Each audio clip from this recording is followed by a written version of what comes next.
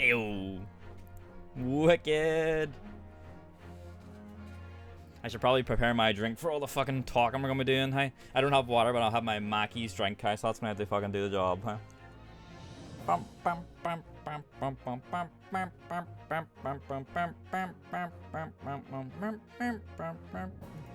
It'll be fine, it'll be fine.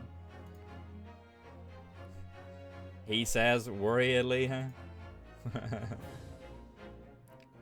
This is my chat over here, by the way. Over this direction is why I'm looking over here. The game is here. I'm looking here for now. Alright. This fucking cups always seep, huh? So I need to prepare.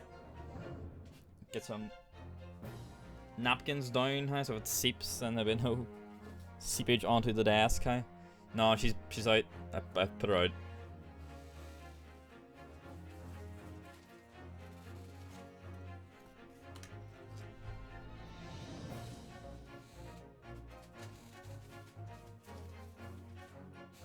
Man. Rip the dips, hey? It's not allowed, hey? They were just denied to me. So that means Friday will be Shang-Chi and the finale of Yakuza. Fuck, there'll be a lot of martial arts that day, hey? That's gonna be good. If I find my glasses. Maybe it might be one of these drawers up here. Typical Mackey's experience. Oh, you're not wrong, huh? Sadness encapsulated, huh? And then Saturday we'll have Valhalla back. Eivor returns for presumably the final time, unless there's another DLC planned. Let's go. So, right, let's see if I can try and remember exactly where we're at. We're just about to cross-examine someone. We're just about to cross-examine...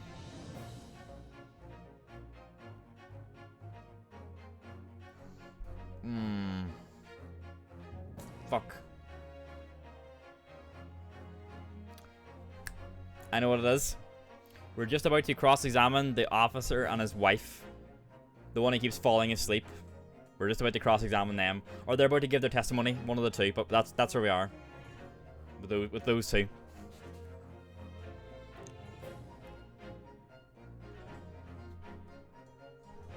How does this happen every night time?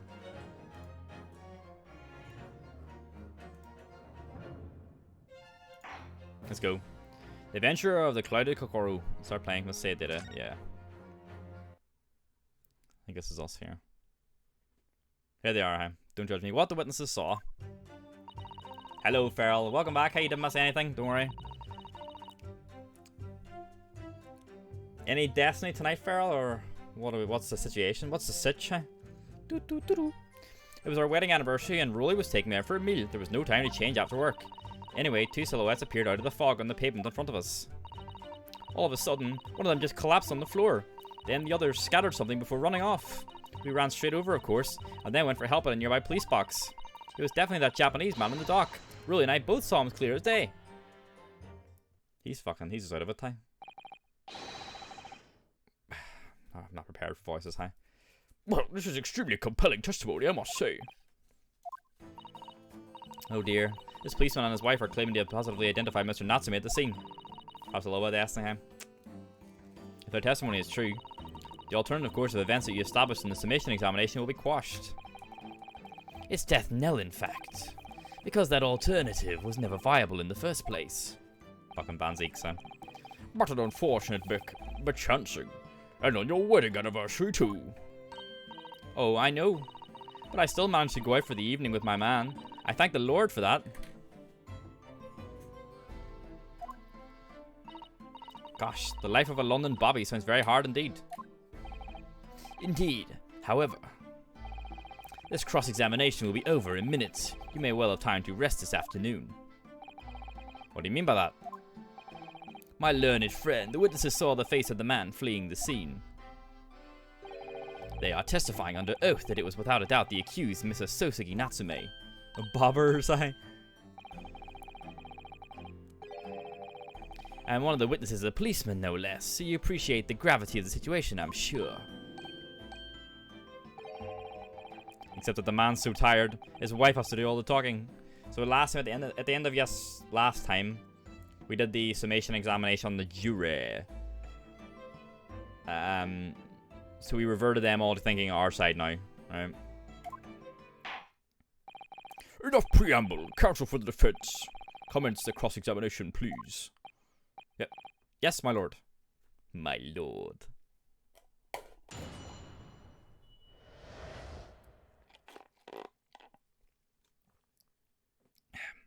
Alright. It was our wedding anniversary and Rolly was taking me out for a meal. There was no time to change after work. Hold it! Why not?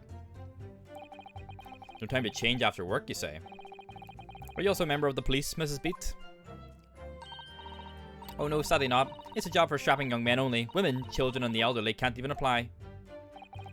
Well, I think you can probably see why children and the elderly can't do the job, can't you? I think Rolly looks ever so handsome in his uniform. It shoots you down the ground, doesn't it, darling? Wake up. Huh, what? Ah, I just finished my beat. Pat and I were heading back to the station. I was actually planning on getting changed there. Is he talking in his sleep? This is creepy. Oh no, Rolly, I much prefer you in uniform. Sometimes I don't recognize you when I see you in plain clothes. Oh dear, that doesn't seem healthy. Quite near to the point. You were going for a meal after you had finished your beat for the day, correct? That's right, sir, yes. Although I was fit to drop, to be honest, after spending the whole day on my feet. But policing is my life, sir. As long as I'm that proud of this, I'll serve my city and my queen to the end. What's that now? My warrant card, sir. Proof that I'm a London copper. It has the noble founding principles of the force written on it, as a reminder to all us policemen of our sworn duty to patrol the streets of London town and uphold the peace of the common man. Sir, and for such a noble cause I cover 20 miles every single day without fail and without a grumble. Because I know that the flooding on my boots is all Londoners need to feel safe and secure. So, fighting crime doesn't appear to come into it then? But sir, just on that one particular day I was looking forward to celebrating my wedding anniversary. Mrs. Beat puts up a lot being married to a bobby like me. I want to show my dear wife how much I care. Oh, Pat. Oh, Rolly. Oh, what a charming couple. Their young love is such a joy to behold. If a little over the top, perhaps. And then, kindly describe what happened next. Gross, eh? Anyway, two silhouettes appeared out of the fog on the pavement in front of us. Right. So they're claiming that they saw the victim and our client, Mr. Natsume. All of a sudden, one of them just collapsed on the floor, then the others scattered something before running off. Which is presumably the books that they're all claiming to see. Scattered something? What do you mean by that? Oh, well, I couldn't quite make out what it was at the time. But then when we got closer, we realized what it was. Didn't we, darling?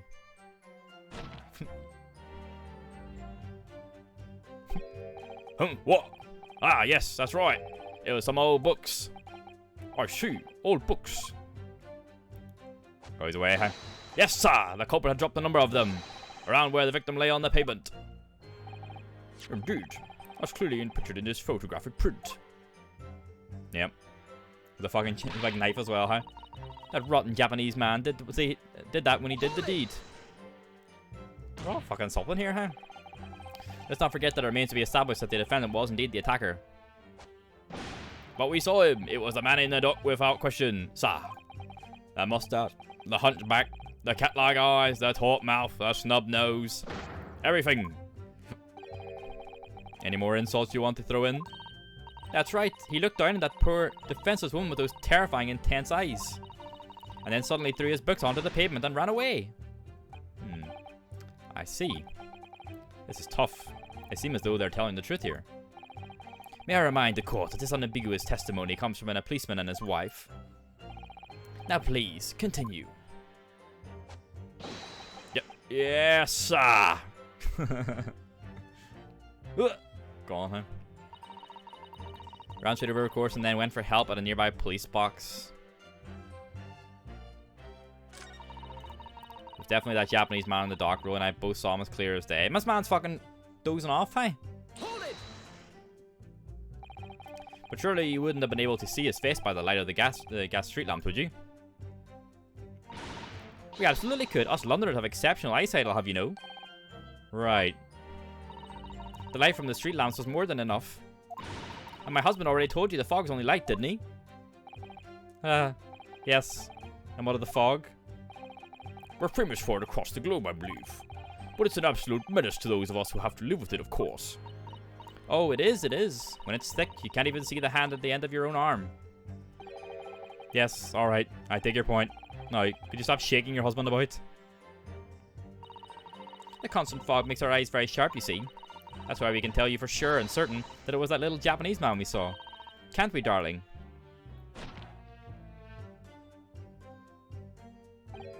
Nope, what? Ah, yes. He was the accuser, no mistake.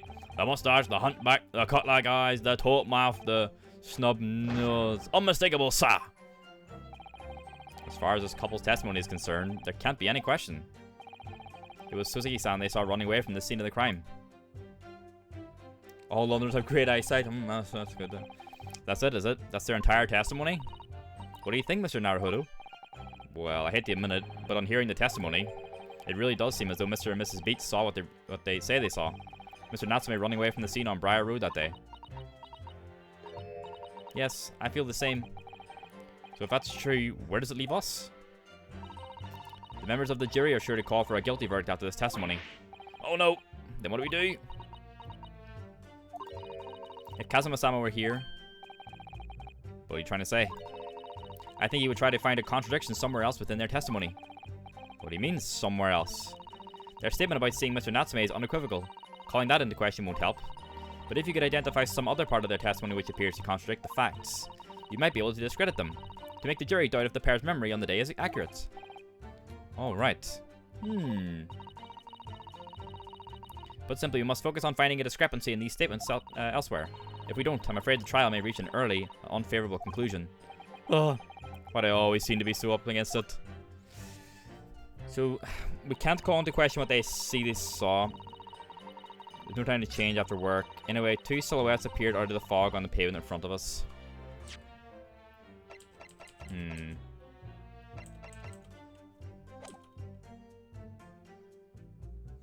We haven't pressed them on this yet, have we? Don't think so. Two silhouettes. That's right. They were coming towards us, walking up Briar Road in the opposite direction. Oh. Scary, huh? There was a rather plump figure followed by a scrawny, thin-looking man. That does sound exactly like the victim as pictured in this print, and like Mr. Natsume. Yes, unfortunately it does. And you're certain that at that time there was nobody else nearby? Oh yes, quite certain. It was dark, but there are streetlights on Briar Road, you see. There was nobody else around at all. Isn't that right, my darling? Look up. What? Ah, yes, that's right. Of course, there was a light fog on the ground. But Briar Road is dead straight, and you could see a fairly long way down the pavement. And then there's a street lighting as well. I didn't see any other pedestrians.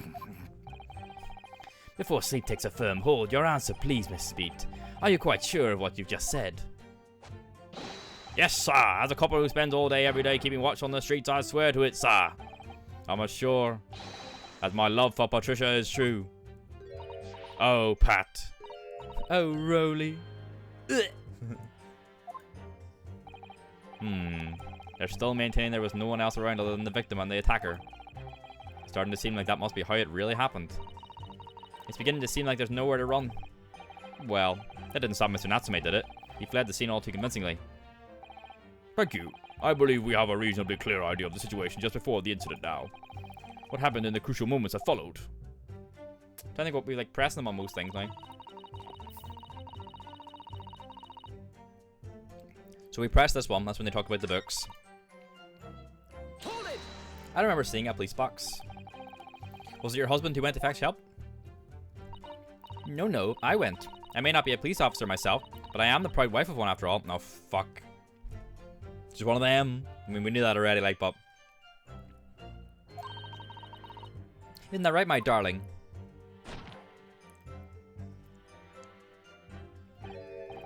What? Ah, yes. That's right. That army wife, yeah. I asked Mrs. Beat to go. I was off duty by that point. Where they like fucking walk in the shops and they expect to get veterans discounts just because they're the fucking spouse, huh? Yikers! Well, Bobby's never truly off duty, of course, so I felt obliged to stay and guard the scene. Very laudable, Mr. Beat. Preserving the scene of a crime is a task of considerable importance. That's why I sent Patricia, you see. I told her where to find the right police box. The TARDIS. Forgive my ignorance, but what do you mean exactly by the right police box? Depends on the crime scene's location, you see, as to who deals with it. Where the woman was stabbed wasn't actually on my beat. So I told Patricia the way to the police box for the beat the incident fell under, so she could go and report it. I ran there as quick as I could and asked for help from the Bobby on duty. There is nothing more potent than a young couple in love working together, you know. And thanks to your swift response, the case was quickly resolved. The actions of two model citizens. Oh, please, you're making us blush. Isn't he, darling? Fucking blush. Yes, sir. What Patricia said, sir. Let's move on, shall we? We've pressed most things now. Mr. Lawyer, sir, can I ask you something? Oh, yes, of course. What is it? Well, you keep asking us all these questions about everything we've told you, so... It seems like you don't believe our testimony. Is that right? Is it? Well, out with it. But, no, no, it's really not that at all. My husband's a policeman, remember? And I know what I saw. I remember every last detail. Everything, like... Oh, I know. What about the books the man dropped? I can tell you the names of every single one I could. Every single one. And you dare question how reliable my testimony is? That will do, Mr. Beat. No, it won't do at all. That Japanese lawyer has no idea what I'm capable of. Even if I decide to forgive him for insulting us, don't think for a moment that Rolly will. I really didn't mean to cause offense. Please, put your husband's fist down. Perhaps you would like the opportunity to supplement your testimony, Mrs. Beat. Might that appease you? Oh, thank you, my lord. That would settle things nicely. Wouldn't it, darling? Oh, she's going to add more onto her testimony, which we can pick at. What's she adding on? I could even tell you the names of the 4 books he dropped at the scene. How many books did he buy? He bought 3 books! Hehehe.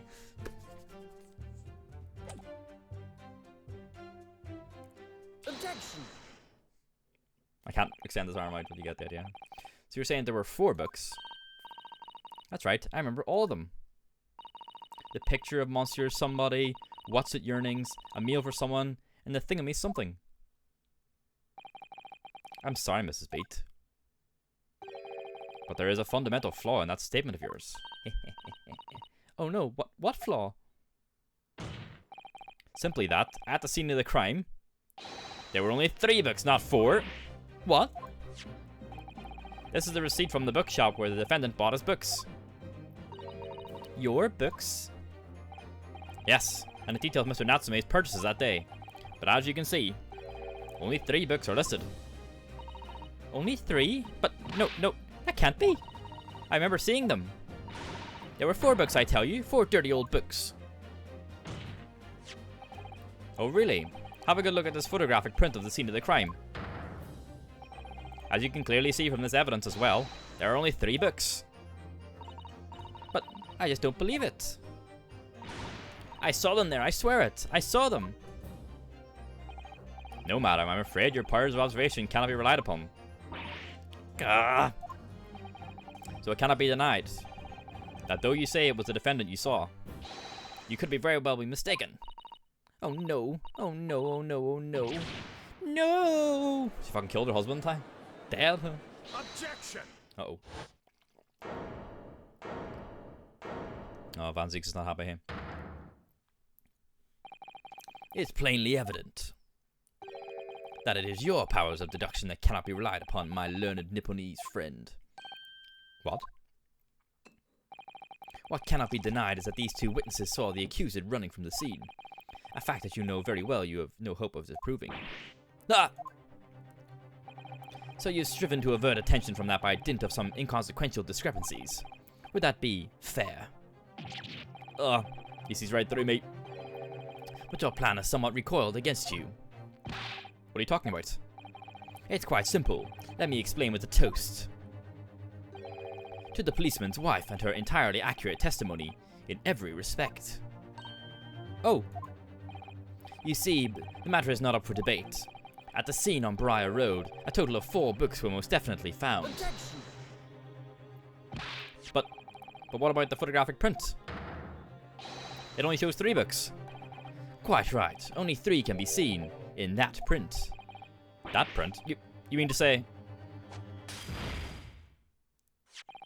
Allow me to present another, one that shows the victim's hand.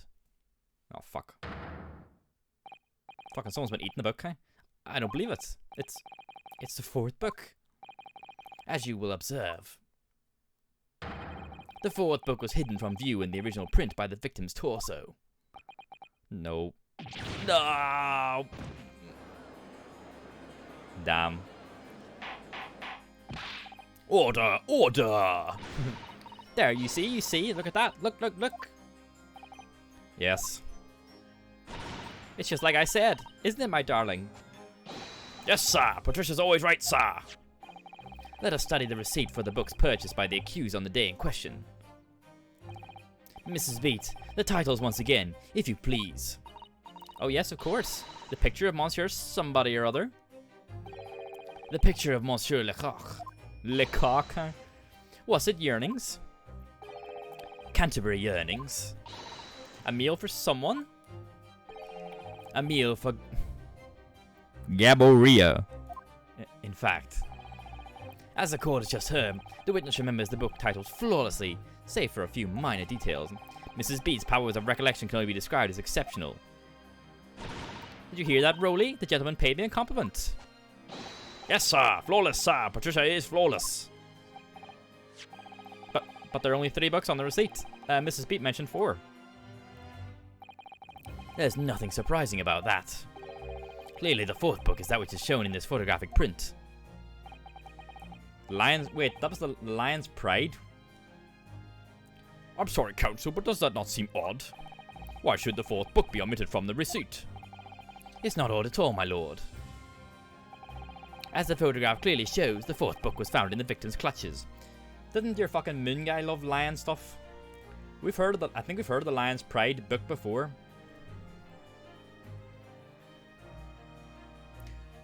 Wait, is that burnt? Did that get burnt from the fire in the room, maybe?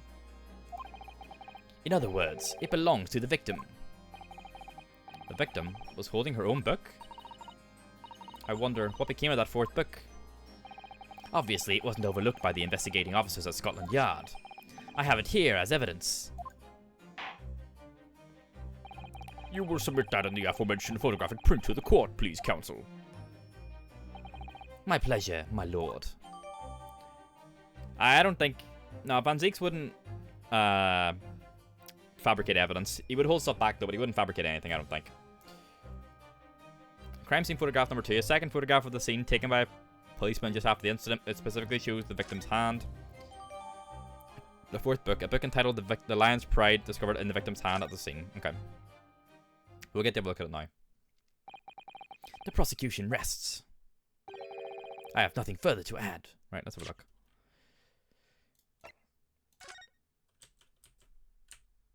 It is burnt. I knew it. Oh, look at this. The book has been badly burnt. You're right. You'll never be able to read it in this state. Especially not the latter pages. What a terrible waste. Judging from the scorched edges of the paper, I think the damage must have occurred very recently. A book recently damaged by fire. Why does that seem to raise a red flag with me? Bad spot for the thing. It's fucking hard to place it anywhere. I place it up here and it covers some stuff. Let's see. That's just weird now. I'm looking this way. I mean, yeah, it's fine. I'm just looking off to the side. So this book was obviously from the moon guy the whatever his name was, his room when where the fire burnt, right? Because it burnt the bookcase. So she got that book from him. The fourth book, a book entitled "The Lion's Pride," discovered in the victim's hand at the scene. The back cover is badly burnt. I knew there was something fishy about it. Let me see. It's a book entitled "The Lion's Pride." I'm afraid I don't know any English literature at all, so it wouldn't be something I've heard. Wait a minute. The Lion's Pride? That's strange. I think I have heard of a book by that name before, and very recently too. The title I recognize too, Mr. Naruhodo. What did your guy say about the lion? He said something about the Lion's Pride, didn't he? Did he say he was missing a copy or it got stolen or something? What did he say about it? People. Here he is, John Gardab. He said something about the fucking that specific book. I love the character designs.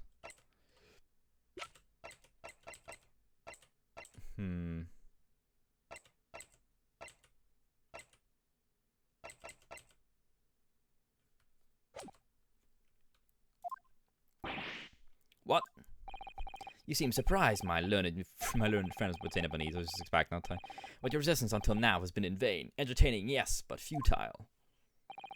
The spurious, longer route to the accused lodgings that you tried to establish in your summation examination, and the attempted discrediting of the witness's powers of recollection in your cross-examination. Futile? I walked right into this, didn't I? You see, everything we've said is true. Isn't that right, my darling? Fucking here's neck break. She does that, eh? Yes, Pat. Marry me, Pat. So, perhaps the ladies and gentlemen of the jury would like to reconsider their positions. Should the court waste any more time on this Nipponese travesty? Or is the decision you have to make all too apparent already? You have heard all the witnesses and seen all the evidence. This trial has run its course. Mr. Naruhodo, I'm afraid we are in a terribly precarious position. I know, but if I fight back in the wrong way now, I could very well just make matters worse. Think, Rinosuke, think. What do you do now?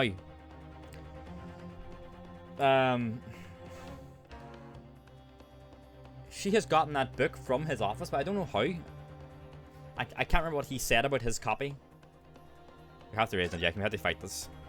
Objection. I'm not done yet.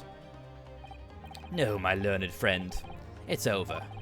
That last cross-examination was your final chance to establish a credible defense, and you failed. The die has been cast. There is no more room for debate. Well, it might be over as far as you're concerned, but... I can't think of what to say. Come on, Susato. If I may, Lord Van Zieks. It seems somewhat boorish to close down the debate at this point. Fucking Jones right there, hey? Joan, you burnt this fucking thing, hey? That was you. Your insignificant little Eastern Isle must be a lawless hole indeed. For a lowly judicial assistant to have the audacity to intervene at a moment like this. Oh, hey, don't talk to Susato like that. I am, to my shame, still a very inexperienced lawyer. So you will have to forgive me, but I consider my assistant's advice essential and her opinions invaluable. And Joan's like, what's on the roof there, huh? Mr. Naruhodo. One of this land's great guiding principles is tolerance. So, the court will hear you, madam. Go ahead, Mr. Sato. Please. Very well. Pray, what insight can you give us?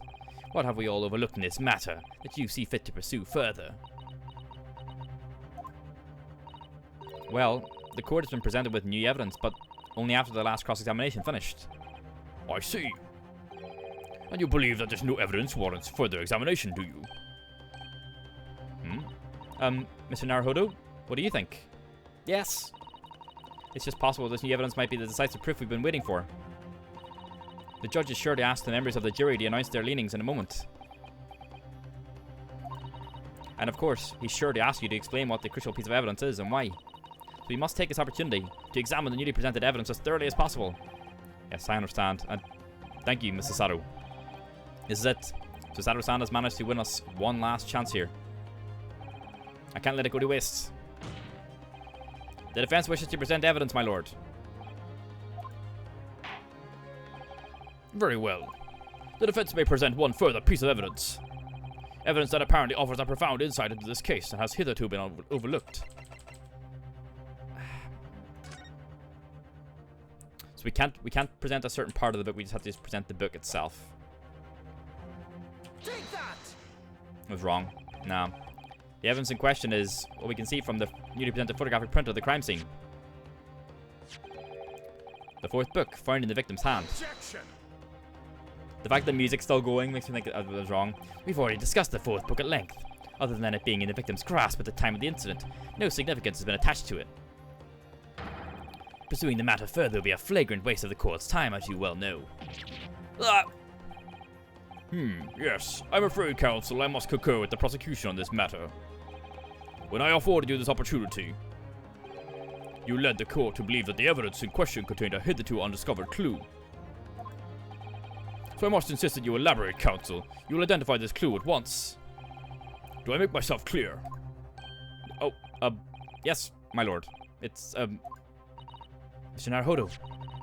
I believe the prosecution is trying to avoid a thorough examination of the evidence. Which means you may very well be on the right track. Yes, I think you might be right. Come on. So, counsel, precisely where is the vital clue to this case which this fourth book conceals? Here we go, huh? There we go, boys. Got it! I would ask the court to observe the back of the book in question. The back? What do you... Good gracious! It's been burnt to a crisp. So we have to ask ourselves, why was the victim clutching what is clearly an unreadable book? It is undeniably an extremely unnatural thing for her to have been doing. Yeah, true. Objection! Unnatural, you say? And what of it, my Nipponese friend? Oh. Were I to concede the point, if it bears no relation to the case, there is nothing to discuss.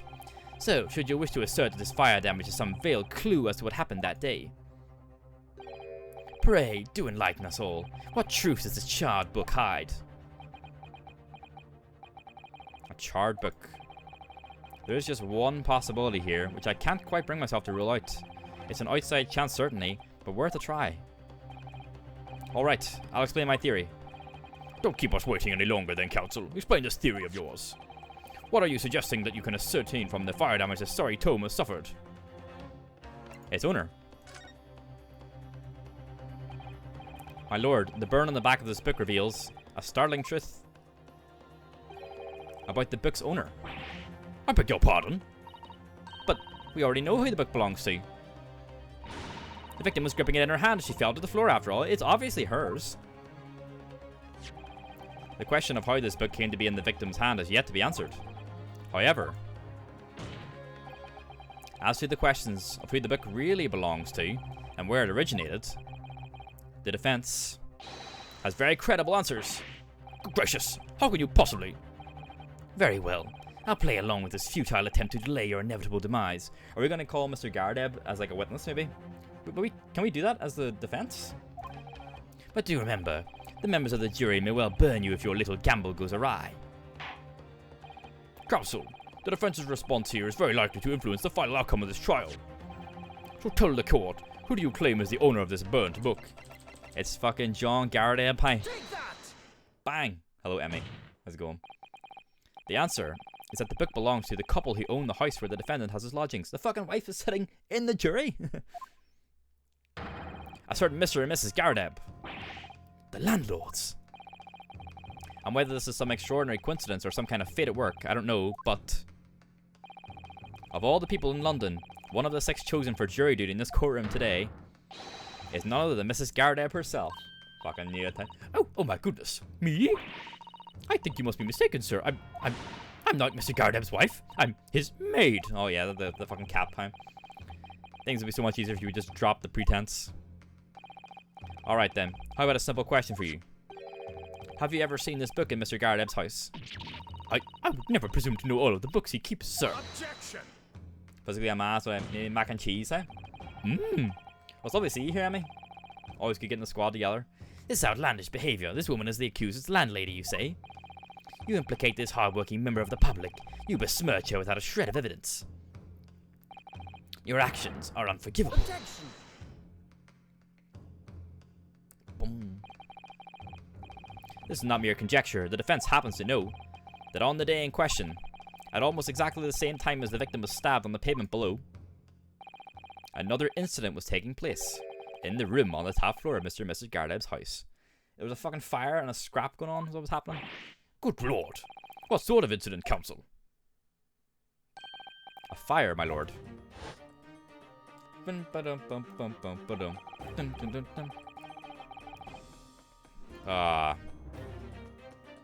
to say it was. Happened in the blink of an eye, you know. The whole place filled with smoke. Couldn't see a bally thing. Didn't take long for the fire to spread, of course. The bally furniture started going up as well. Worst of it is, I lost my favourite book called The Lion's Pride. That's what it was. He fucking lost his book. I figured that's what it was. It was lost or it was stolen or something. How the fuck did he lose it? In the fire? Did it fall out the window maybe? His face, son. The Lion's Pride. By Jove, the very same title is the subject of this debate. Oh dear me. Objection!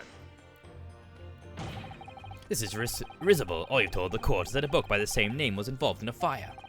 In which case, it would be reasonable to assume that it was burnt to ashes.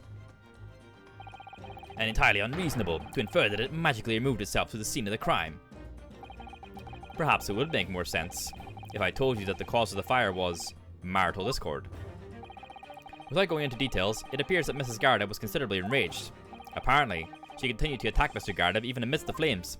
She threw stuff at him, that's right. Wasn't she? She was throwing stuff at him. She was throwing books. He told us that. So she's supposed to fuck the book out the window. Oh, how awful. I can't even imagine being so hard to the one you love. Can you, Rolly? Absolutely not, sir. My Patricia would never raise a finger against me, sir. She was raging it, but Mr. Gardeb also said that there were flaming books coming at me.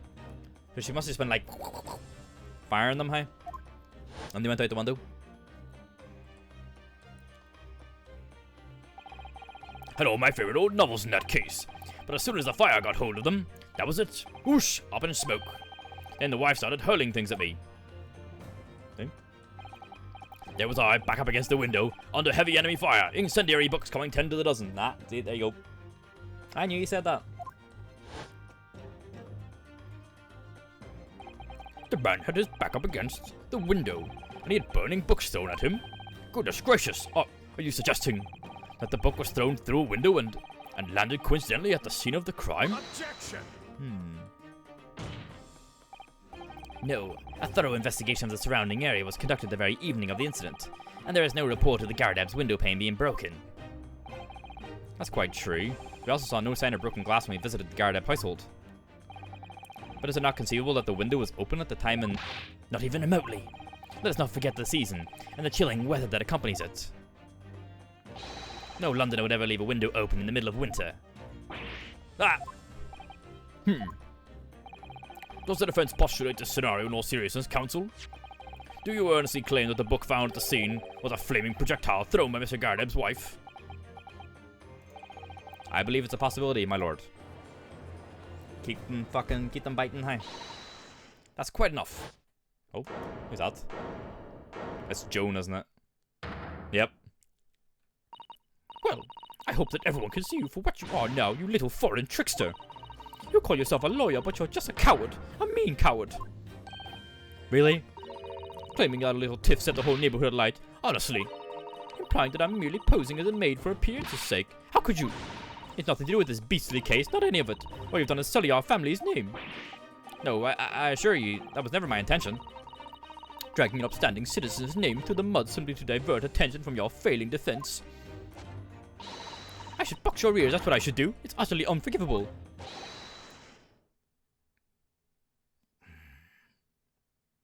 Too right. Here we go. How long have we sat here now, listening to this Nipponese spouting out his fancy foreign theories? But, think about it. At the end of the day, the only person who could possibly have stabbed the victim is that little hunchback with the mustache, and he ran away from the scene too. I do declare you're right. It's true. Yes, what did I tell you? Makes sense to me. Huh? Sorry? What's that? Well, It would appear that the ladies and gentlemen of the jury are once again in full agreement. What is your position, Lord Van Zix? Wine time. In truth, my lord, I feel these have been unnecessarily protracted proceedings. But then, one must always exercise patience in order to savor the best vintage. No, wait. The mystery of the fourth book still hasn't been... If books are your predilection, my learned friend, study them on your own time.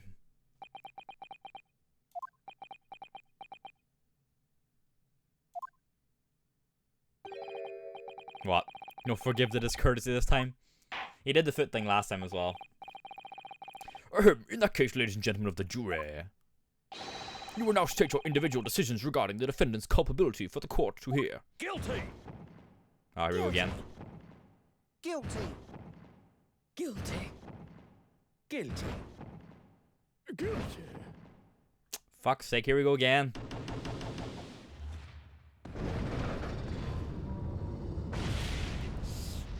It's so absurd. I mean, yeah, it's definitely absurd. Like, Thank you for that unambiguous response.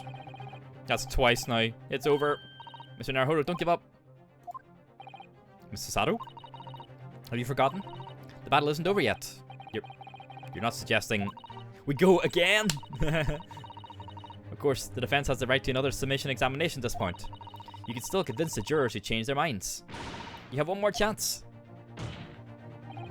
My lord, the defense asks you to exercise its right to a summation examination. You believe you still have the tricks up your sleeve. I don't intend to trick anybody. I intend to uncover the truth.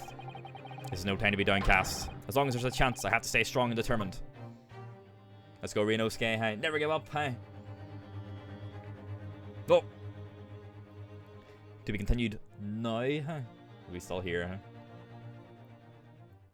There's no giving up here. No giving up or something. Yes. Get that data in. Let's go, hey. Trial part 2. We going.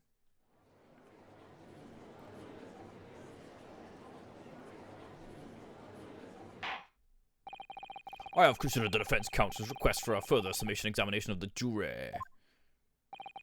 And I have determined that the court must uphold the defense's judicial right to his procedure. So, counsel, you will now proceed with your second summation examination. I presume the jury is ready, Mr. Foreman? We are, my lord. Camera sketch voice time. Very good. In that case, I must ask each of you now to state clearly and concisely for the court the grounds on which you find the defendant guilty of this crime. Let's go, huh? Time to start putting them against each other again. Judicial findings. The jurors' contentions. The accuser left behind evidence at the scene, didn't he? Those 3 books of his. If there was some novel alternative explanation about how the victim was stabbed, I might reconsider. Even if the woman was throwing books, it can't be related to this crime if the window was closed, can it? Every time I hear this guy's voice when you actually give him the voice acting, it's just so 3-head, huh?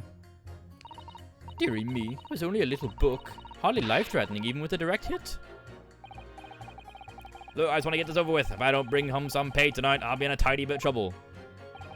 Come to think of it, we had a fire at home a while ago. It gave me the sneezes. Okay. Yes, consider me more tangible arguments from all members of the jury this time. No, it's not, huh? It's fucking not. With one notable exception, of course. My learned student friend was unable to find fault in the previous witness testimony. So the court must accept the fact that it was indeed the accused seen fleeing from the scene. And moreover, no one else was even at the scene to commit the crime. Well, if the eyewitnesses are correct, it would seem as if the conclusion is somewhat set in stone.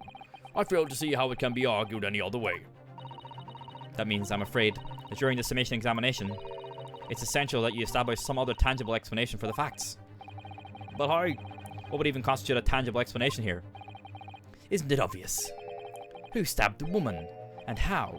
Those 2 details are all you need to provide. Blech. Somebody give us a name and a method by which the attack was conducted. And there I was thinking this might be hard.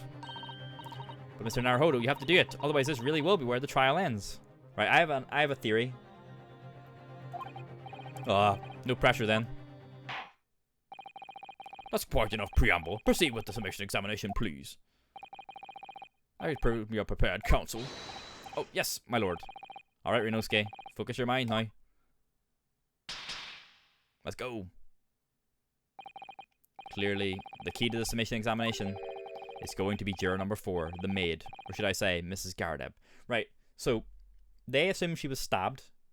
Which, to be fair, she has a knife in her back, which is pretty damning.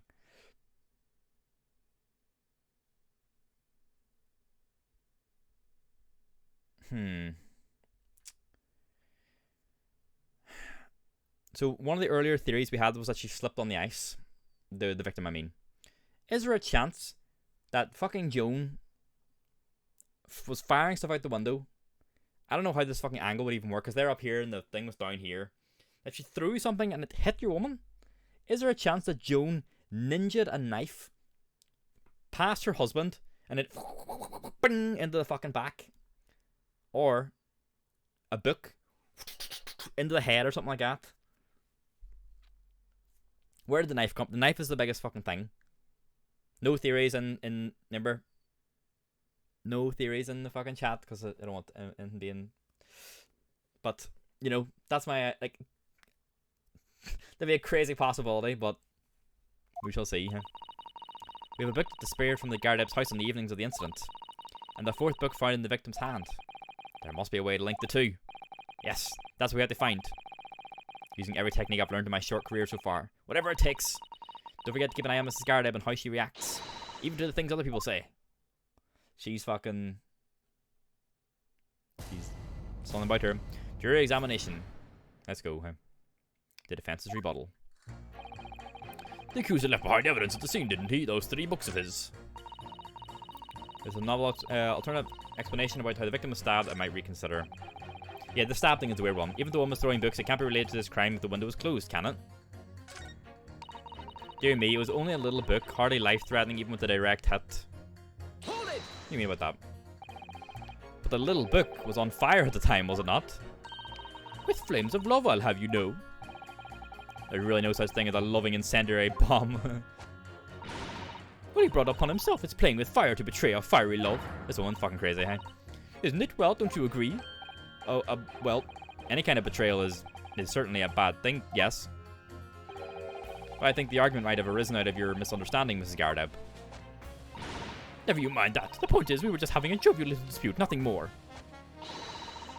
I don't have any more of these suggestions that it was anything whatsoever to do with this crime. Right, well, we'll see about that. But what about juror number 5?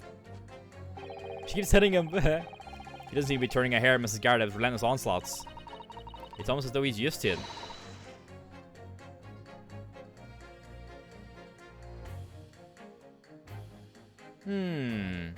What gentle soul he is. Look, I just want to get this over with. If I don't bring... He's not even fucking saying anything. Right, lad, you need to say something. Why... Why do you think he's guilty? You just want to get this over with? How can you sit there and say something like that? A man's future's at stake here. This guy was like this last time as well. Well, him and me both, like I said before. What? I told you already, I'm a day laborer, aren't I? If I don't bring home some readies with me tonight, you'll find me floating face down in the Thames tomorrow morning. But, you heard me. My missus says I'm on to mess about, you know. She can be fierce, believe you me. Another shining example of marital bliss then. A situation like this cropped up the other day. It was, well, you know, it's funny, but I can't quite remember. What? Sorry? I was too frightened. It was too frightening, that's the thing. Must have blocked it out. Helpful. I wonder if Mr. Beat will ever be dragged into the Thames by his scarf. Don't even go there, Mrs. Sato. There must be some way to jog his memory about this. Don't think of it, me and a fire at home a while ago. It gave me the sneezes.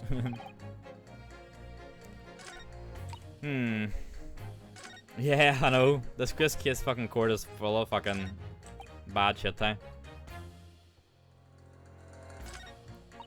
Well, we don't know the window was closed still, right? What about the possibility that the window was open? What about it? I mean, there's just no way it could have been. How can you be so sure? Because it was cold, innit? That prosecutor fellow over there said it earlier, didn't he? Winters in London are no joke. You don't want to invite that sort of cold indoors. Don't know, that window wasn't open. Us Londoners like sitting by the fire and staying warm, see? You couldn't categorically say that the window wasn't open, could you? It just wasn't. They wouldn't have opened it. That's what the point. What's the point of even having windows, huh? Counsel, you will kindly refrain from childish bickering. Oh, sorry. Somewhere I need to show there's an undeniable possibility that the window was open. Oh, because of the smoke, right? Because this young man isn't going to budge otherwise. If we pit him against the old man, because the old man is saying that the smoke made him sneeze and that they needed to open the window so the smoke would get out.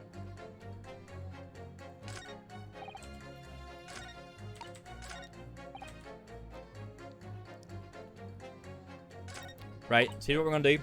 We're going to press the old man. He's going to tell us about the smoke. And then we pit him against the guy in the hat. But we need to press the old man first to find out why he was sneezing. But he's going to tell us it's because of the smoke. Hold it! Does that have anything to do with your decision about the defendant's culpability in this case? Sorry? What's that? You'll have to speak up, lad. Maybe not. Maybe we just put them immediately. There we go. Can you tell us more about the fire? It was last winter. My grandchildren... Yeah, it was in winter too, and he had his window open. Probably, right? My grandchildren baked me a lovely cake on my birthday. It had 75 candles on the top, it did. What a sight to behold it was. You put candles on a cake? Was some kind of devil worship? Us and our Western traditions. Of course not. It was an angel cake to celebrate my birthday, obviously. It seems that's a common custom here in Great Britain, Mr. Naruhodo. Anyway, I mustered all my puff to blow them out. Only I must have blown wrong somehow. The flames didn't go out, but candles went flying all over the room. The furniture caught and everything went up. The whole place filled with smoke. There we go. Definitely sounds like devil worship to me. And by the sneezes, I presume you mean a cold? But how did you catch a cold from a fire? What a fiasco it was. The grandchildren, bless them, threw water over me as they tried to put out the flames. Oh. And then, because the whole room had filled up with smoke, of course, we had to open all the windows to clear it. There we go, huh? The windows. The mighty winter air rushed over me like the devil dancing on my grave, it did. Caught a terrible cold from it. They put me in hospital for a while. Okay. Won't forget that birthday in a hurry. So he didn't get sneezes because of the smoke. He got sneezes because of the cold from the resulting thing, but they still opened the windows because of the smoke. I knew it was a devil worship all along. But something about this old man's story is playing on my mind for some reason. There we go, huh? Yes! We need to demonstrate who, apart from Mr. Natsume, could have attacked the young woman on the street. It was fucking Joan firing shit time. As well as how he or she could have done it. Yes, but once again, the jurors' statements are full of personal prejudice. A lot of them seem convinced they're right, even in the face of logical arguments to the contrary. I think you're going to need to pit them against each other to force them to accept an alternative explanation. Yes. I don't necessarily need to find contradictions between their assertions. Just a connection might do the trick. Alright, I'll see what I can do. If anything stands out, I'll go in for a strike. Right. Well, that's the spirit. We'll see what the old man says now, because he might have changed his statement. So the old man now says what? Winter house fires are dire. You have to open windows to clear the smoke. There we go. So we're going to pit this guy. The accuser, so he said, even if the woman was throwing books, it can't be related to this crime if the window is closed, can it? And this guy says, winter house fires are dire, you have to open windows to clear the smoke. Objection. Bang. There we go. These two juror statements clearly contradict one another. They do? How exactly, Counsel? Don't point at me again. I told you it wasn't me. What's that you say? Speak up, lad. Speak up. Juror number 3. Do you see? Oh, mate. See what, sir? Did you hear juror number 6's account of his birthday celebrations last year? It seems, despite being a Londoner, he once opened his windows in the middle of winter. Well, yes, of course, because it was an emergency. I mean, obviously, if the room was filled with smoke from a fire, then you'd be mad not to open the... Oh! Exactly. On the day in question, at the time of the incident, there was a fire in the Gardeb household, and Mr. Gardeb had the following to say about it. The whole place filled with smoke. Oh, my hat! Excuse me. Joan, you alright there? Juror number 4, do you have something to say about that? Mrs. Garrideb! Oh, dear me. What is the meaning of this? How dare you imply that I'm hiding who I really am? It's imperative that you confirm something for the court. So please, it's time to drop the pretense now. What is it? When the fire started in your house that day, did you or your husband open the window? What? I beg your pardon? What are you insinuating? The room would have been thick with smoke after the carpet and bookcase caught fire as they did. In a situation like that, it's inconceivable that you wouldn't have opened the window. And what if we did? Aha! Oh, all right then. Yes, you're right. My husband was frantically trying to open the window, which can't have been easy, since I continued to give him a justly deserved book battering. Even though your house was on fire? Oh, you never stop throwing until the anger subsides. It would be terribly bad for the nerves to do otherwise. Fucking run! Of course, I should have realized. Fucking hell, this phone was crazy.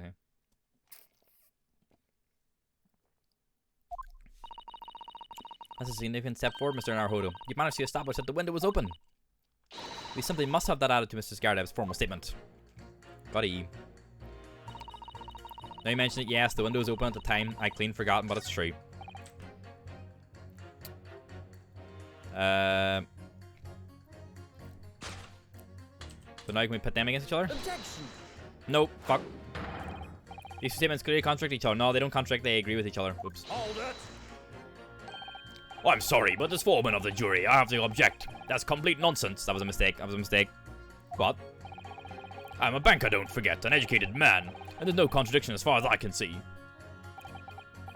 Wait till Mr. Foreman. Oh. I will not permit a whimsical attack against the good members of the jury council. There was nothing whimsical about it. It's very important to listen carefully to every juror, Mr. Naruhodo. Then you can decide where the contradictions really lie, if there are any. Oops. The window could have been open when the... So they're still all on guilty. Now you mention it, yes, the window was open at the time. I clean forgotten, but it's true. This guy's still just doing fucking nothing.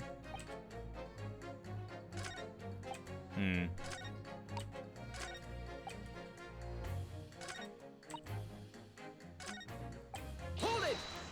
What if we press him on this now? At the point when the victim was attacked on Briar Road, we know there was a small house fire in the Garrideb household on the opposite side of the street. Well, yes, it certainly seems that way. And on account of the smoke, I imagine they would have had the window wide open in spite of the cold. We also know that Mrs. Garrideb was throwing flaming books at her husband. Her husband, who was backed into a corner by the window due to his wife's frenzied attack. Yes, that's right. She's fucking chugging tea beside him. There's definitely a chance that one of the books could have flown past the man out the window. Only what? Only I can't really see how it could have gone all the way over to the other side of the road. That's all. Ah! Aggressively subs tea, huh? So I don't really see how I can change my decision, really. Oh, I see. That wasn't enough. What is it going to take to persuade these people? Windows open at the time I clean forgotten, but it's true.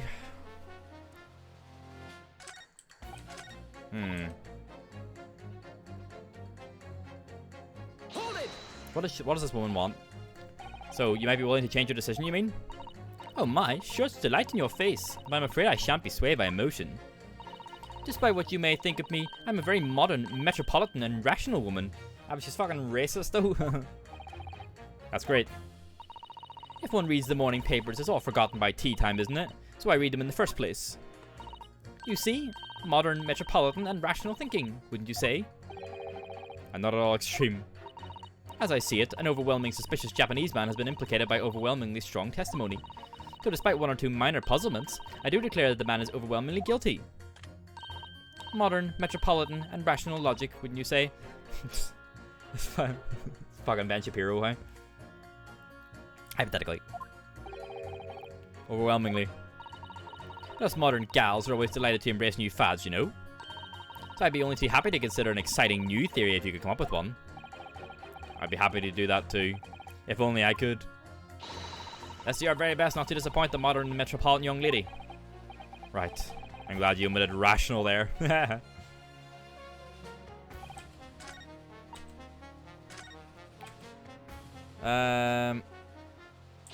See if we can get anything more out of Mr. Foreman. But as we now know, there were 4 books, not 3. Well, what difference does it make?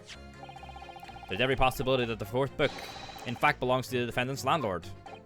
Yes, that's the part I have a problem with. Sorry? Well, at the point the woman was stabbed, this landlord fellow was at home, wasn't he? Enjoying a fiery scrap with his wife or something, you said. That's not exactly how I put it, no. Well, anyway, the point is, the fellow and his wife were somewhere else when it happened. I think that's what you call a strong alibi. So it couldn't have been the landlord who did it, which only leaves the Nipponese fellow. Honestly, I can't see what all this palaver is about. It's a done deal, isn't it? I suppose it is, since I've nothing really left to say. I think we've pressed everyone now. Has he even changed what he said? No. So we can't present, we can only press and pit.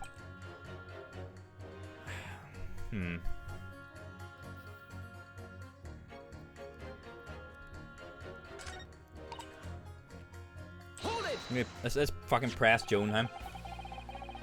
The 4th book found at the scene of the crime shows very obvious signs of fire damage. And the title of the book is The Lion's Pride. The same title, in fact, as the book that Mr. Garda told us he had been reading. Well, I really couldn't say. On the day in question, did you or did you not throw at your husband the copy of The Lion's Pride that he had been reading? I did. Oh, it was the first thing I could lay my hands on, so I hurled it straight at him. And now you come to mention it? Yes. He was rather enjoying reading it, you're right. Why did you not reveal this information to the court from the outset? Because I couldn't, you innocent little man. I didn't remember. At times like that, you pick up and throw whatever you can lay your hands on as well, you know. I really don't. I barely noticed I was throwing a book, much less the title of it. Excuse me. Lad, you alright, Ty? What is it, juror number 5? You know something? I've remembered what it was. That memory I'd blocked out. This man just fucking had a Nam flashback, huh? It was listening to what this granny was saying. Brought it all flooding back. Who are you calling a granny, you cheeky devil? I'm Mrs. Garrett, or the maid, I'll have you know. The man doesn't even flinch. Please tell me that's not because he's so used to being hit all the time. I don't want to say it, but I think everyone was thinking it. It was about 2 weeks ago now. I just got back home after work, like. I put my hand in my pocket for the wages I just earned that day. I nearly died. There was a hole. Every last penny had dropped out. Oh dear, what a disaster.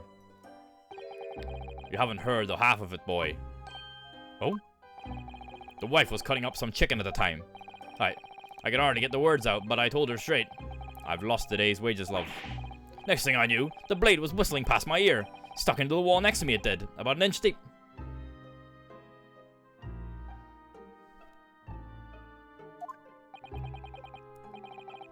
No words, just terror.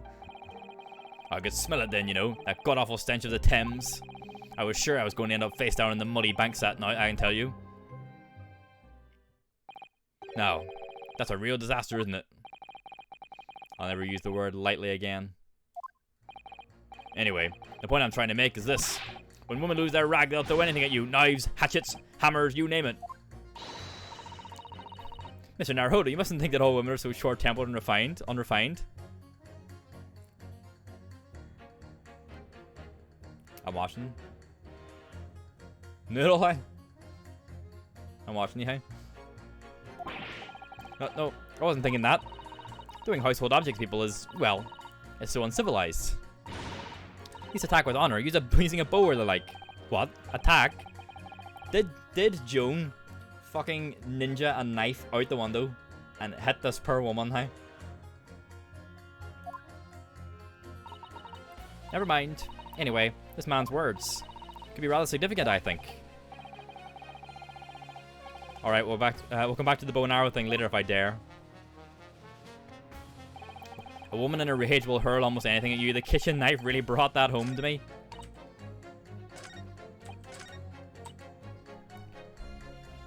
Right. Can we pit her against him? Objection. Yes, there we go. Lucy's statements clearly have a deep, significant connection. Good grief, you mean they don't contradict each other? Explain counsel at once. So they don't contradict, but they lend themselves to each other. Juror number 2. Do you think perhaps that this could be one such novel alternative? Oh my, whatever do you mean? An alternative explanation as to how the victim was stabbed in the back. What are you talking about? We've demonstrated that the 4th book, The Lion's Pride, that was found at the scene of the crime, originated in Mr. Gardeb's room on the top floor of his house. Therefore, it's equally possible that some other object besides the book could have found its way from the Gardeb household to the street below. What's that now? After all, Mrs. Gardeb could have thrown any number of different objects at her husband. Isn't that right, juror number 4? What are you insinuating now, you little beanpole? I'm beginning to think that ever since the true origins of this book came to light, perhaps she's had a feeling this might be what happened. Now you listen here, you Eastern Gala. As the foreman of this jury, I demand a straight answer. You give us this yarn about some other object making its way out of the house. But what? What was it? I'm really taking a big gamble here. That was a bold accusation to make, but I haven't any real evidence to back it up. But I'm certain that at the very least, this warrants further investigation. Alright, Mr. Foreman, I'll try to explain the defense's theory. The other object that found its way from the Gardeb household to the scene of the crime was the jackknife. Let's go! Take that! Oh, the music's getting quiet now. Juror number 4, Mrs. Gardeb. What now? I must apologize in advance for this, but I need you to confirm something else for the court. This knife. Have you ever seen this knife before? Ah! Good Lord, Counsel, what on earth are you doing? That's the weapon that was lodged into the victim's back, man.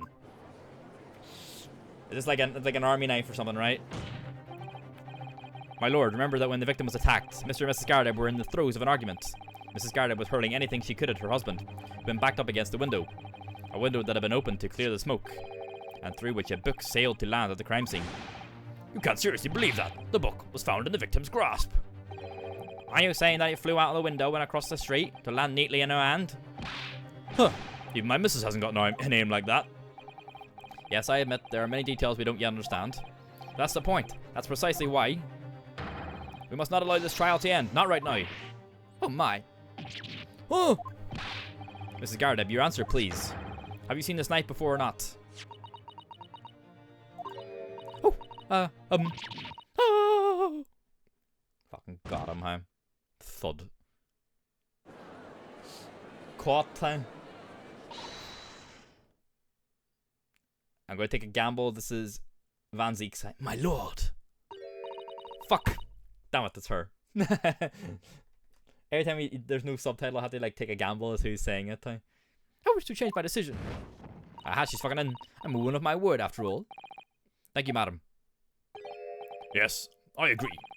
I certainly didn't see this coming, but I just don't think it would be right for this trial to come to an end now with so many unanswered questions. Mr. Foreman. I have to agree. Not that I think the granny did it, mind. Yes, you know what? I'm not quite happy about this at the moment either. All together now, ladies and gents. Let's go.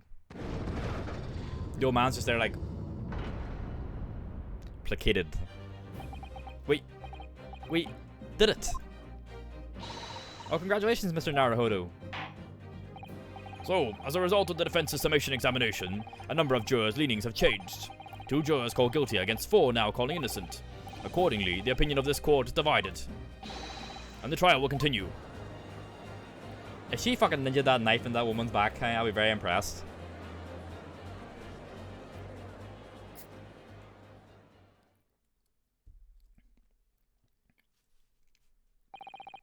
Now then, Lord Van Zieks, how does the prosecution wish to proceed? Uh-oh. I wonder if they're going to get Mr. Gardeb in as a witness. This trial is rapidly descending into a farce.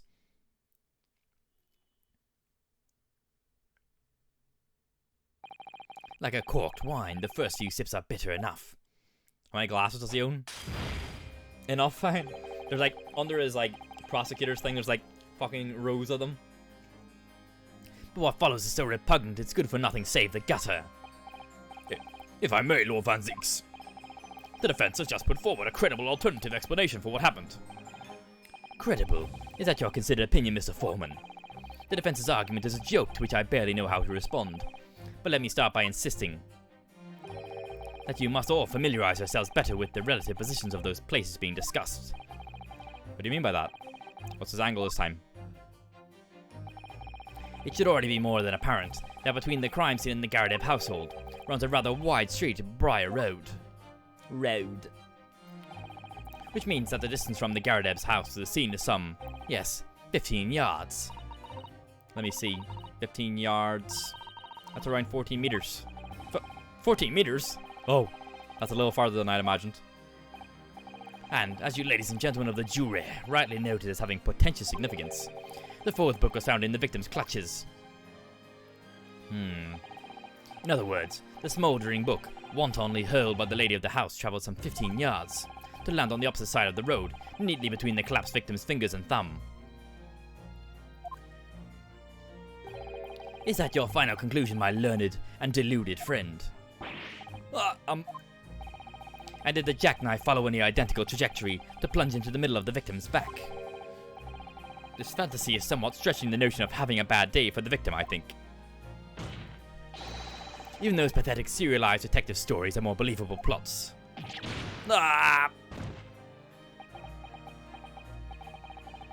There's nothing I can say to that. That prosecutor loves the sound of his own voice. Mr. Sato. Serialized detective stories are pathetic, are they? How dare he? Maybe let's pick our battles here. My lord, might I be allowed to speak? Uh-oh. As judicial assistant, you may speak for the defense, yes. Go ahead. The prosecution may consider the idea of fantasy, but what the defense has postulated was believable enough to persuade the jury to change its leaning. And as such, the court has a duty to explore this alternative explanation as thoroughly as possible. To that end, juror number 4, Mrs. Joan Garadeb, must be called to testify and submit to cross-examination. Saints alive! A cross-examination of a juror? Let's go!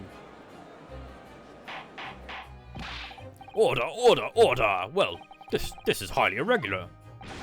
It is unprecedented for a member of the jury to be summoned to the witness stand. Objection! Let's go! And unnecessary. Lord Van Zieks. There are already witnesses in the stand whose testimony the defense may further cross-examine. If my learned friend's farcical theory has any truth in it, then both a burning book and a jackknife must have flown through the sky before this couple's eyes. And we must assume they will be able to testify accordingly. What say you, witnesses? I don't trust these ones, hey. Who can clean that mess? All the fucking glass and wine and shit, hey. Yes, sir. Constable Rolly Beat reporting for duty, sir. Well, good morning, officer. Sorry for dozing until now, sir. I haven't slept for a month on account of a villain who's appeared on my beat, sir. Oh, they're so heroic, these London bobbies.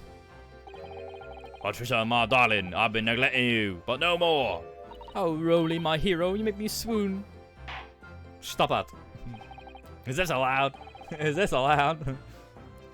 Very well, I hereby reject the defense's request. Oh. And order the witness in the stand to testify again. State forthwith before the court any details pertaining to the defense's alternative explanation of events. Yes, sir. They clearly ain't paying attention to anything. Just each other, huh? Witness testimony, Constable Beach report. This case has nothing to do with Mr. and Mrs. Garadeb. Believe me, a London bobby is good for his word. You see, sir, the windows on the top floor of the Garadeb house are top-inch casements. Obviously, if anything had been thrown out of the window, we would have seen it. I did leave the scene to go and fetch help, but my trusty Rolly was there to make sure nothing was disturbed. I didn't take my eye off the crime scene for one moment, sir. Nothing strange to report on that front, sir. Well, this is quite startling. Top-hinged casement windows. That detail is not in the police report, Constable. Ah, yes, sorry about that. I must have been a little drowsy. You cannot excuse your sins with drowsiness every time, Constable. No, sir. Sorry, but... What exactly is a top-hinged casement window? My thoughts exactly. And you cannot excuse your ignorance with such trite remarks, my learned friend. Of course. Sorry. I find it, Mr. Naruhodo. Cast your mind back to the windows in Mr. and Mrs. Gardeb's room. Alright, I'll try. Back we go, huh? So the window opens in order to allow air to circulate inside the house. But as it's a top-hinged casement window, it swings open along the upper edge, you see. So unless they went like... Bang! They couldn't do anything out of it, probably. I'm glad you've rectified your ignorance. A casement window's most prominent feature is its stay, a metal bar which prevents the window from being opened beyond a certain amount. It prevents it opening? This is all news to me. Absolutely correct, sir. In other words, if a book or knife were to have been thrown through the open window, it would have clattered against the pane and fallen straight down to the pavement below. No. You see the problem then? Good. Your education in windows is complete. There was never any possibility of either the book or the knife traveling 15 yards over the road. That is, unless the window pane had been shattered. Something we've discounted already. That can't be. Did you see that, Roly? That young Japanese man just collapsed in agony. Oh, yeah, my darling, I saw it. I saw how he crumbled before me. Oh, Roly, you're so strong. Disgusting, man. Why is this happening? I haven't even started the cross-examination yet, and already my argument's been destroyed.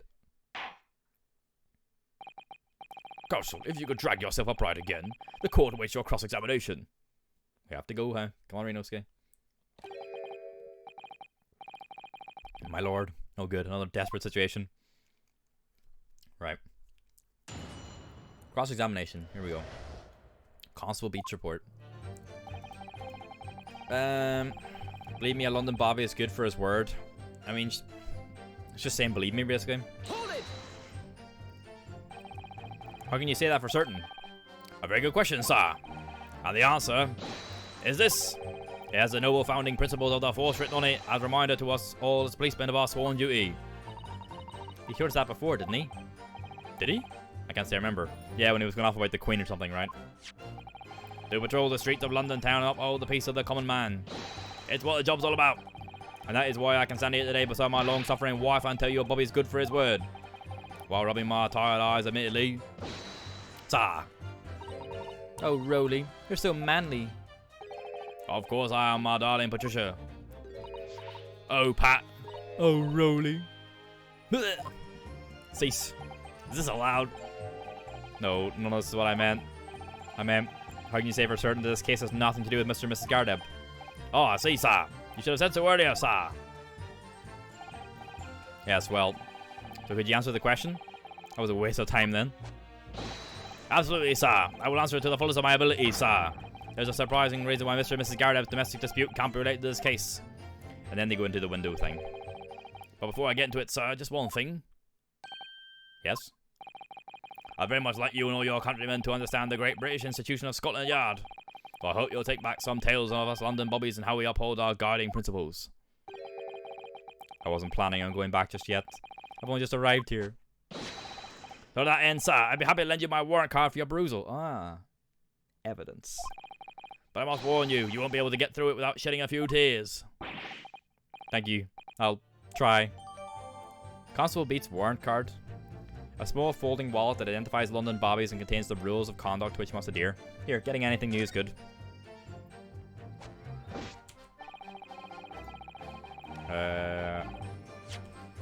Let's have a look at this. Principles of policing. Item 1. A policeman will strive to preserve the peace within his allotted beat. A patrolling officer is expected to walk 20 miles around his beat every day for the furtherance of community relations. Metropolitan Police regulations. Any crimes fall under the jurisdiction of the beat in which they are discovered. When a crime is discovered on his beat, a policeman must assist with initial investigations and help detectives. Not really that helpful. Not relevant, is it?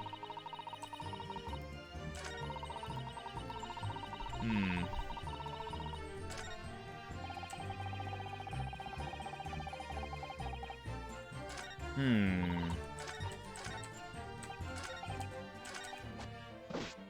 Trying to find anything to like pick at.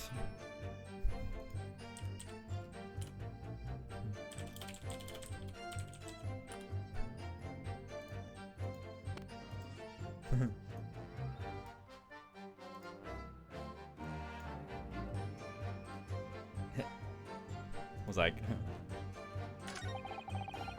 fuck's sake. I can't. I'm trying to turn the volume down on the game. There we go.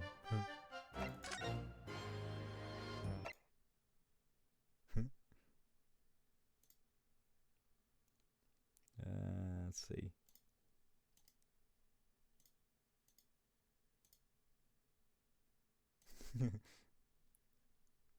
Anytime they do anything. What the fuck? Is this allowed? What the fuck? Is that allowed? Classic, huh?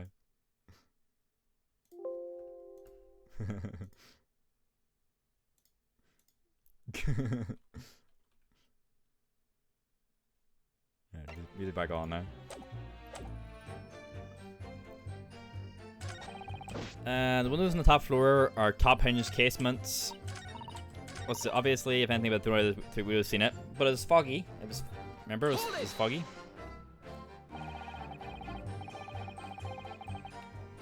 But according to my notes here, the sun had gone down already and it was dark. Oh, but Rolly and I were strolling along, gazing at the night sky and looking for our lucky star. Sorry? The star that will guide us to eternal happiness. Can I guide you to the to answer the question? If a flaming book had cut across the sky in front of us, it would have lit up like a shooting star. And if I'd seen a shooting star, I would have made a wish upon it. Let Rolly be an inspector, I would have said. 3 times at least. Of course, but with the smog and everything, we couldn't actually see any stars. In short, are you trying to say that neither a book nor a knife crossed the sky before you? Yes, sir, that is correct, sir. As sure as the night sky in London is starless, sir. Certainly seems like they're telling the truth. And then we saw the poor woman fall to the ground, so we ran straight over to help her. He's done people shy a few times. He's done like 2 or 3 other times as well. Hold it! Yes, you said that you went to a nearby police box to fetch another officer. Is that right? That's right, yes. If it had been on Rolly's beat, I would have known exactly where I was going, of course. Don't feel bad, my love. You can't be expected to know the location of every police box on every beat. So Rolly told me the way, only I sort of got a little lost on the way. Patricia, my darling, that's why I love you. Your terrible sense of direction is bewitching to me. Oh, Pat. Oh, Rolly. Is this allowed? What the fuck? Is this allowed? Oh, please. So I suppose I was gone for about 15 minutes. But like I said, my Rolly was at the scene the whole time, making sure nothing was disturbed. I was off duty at the time, of course, but a true Bobby is never really off duty, sir.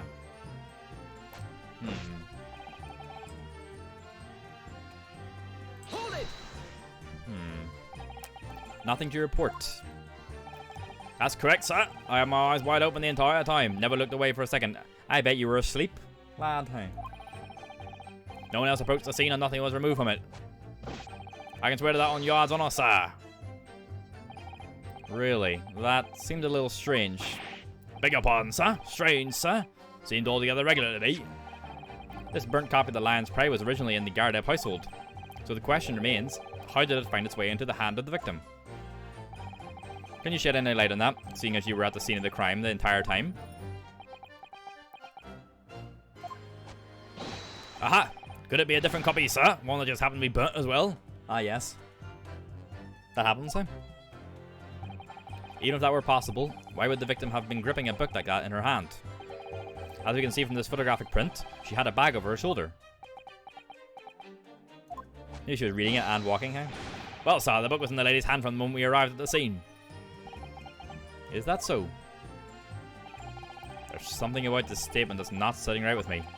The 2 mysteries of how the knife ended up in her back and how that book ended up in her hand. There must be some common thread between them. Ah, fucking Joan. I'm so sorry, Mr. Naruhodo. I had no right to speak out. But what do you mean? I requested the cross-examination of Mrs. Garda without consulting you, even if the judge did deny me. Oh, I see. Well, I agree with you. We do need testimony from Mrs. Garda, even if we're ever going to get the truth of this matter. Do you really think so? Well, think about it. No matter how far it is across the road or how that window opens, Mr. Garda's book found its way to the scene of the crime somehow, didn't it? You're right. And then there was Mrs. Garda's reaction to me showing her the knife. The woman's hiding something. I'm sure of it. Of course she has fucking sexy, terrible sense of direction, huh? That's just so attractive, huh? You're right again. We need to use this cross-examination to uncover more clues. We'll get to the bottom of this one, or one way or the other. I swear. Yes. We haven't pressed this one yet, but there's nothing more we can get out of this, I don't think. About the windows. The wish you be in the room don't open fully, is that correct? Yes, sir. They're just there to allow a bit of air through the house, you see. So they're restricted to as to how much they open. Bet you she was looking through the window and was like, fire and shit through, huh? Book. Knife.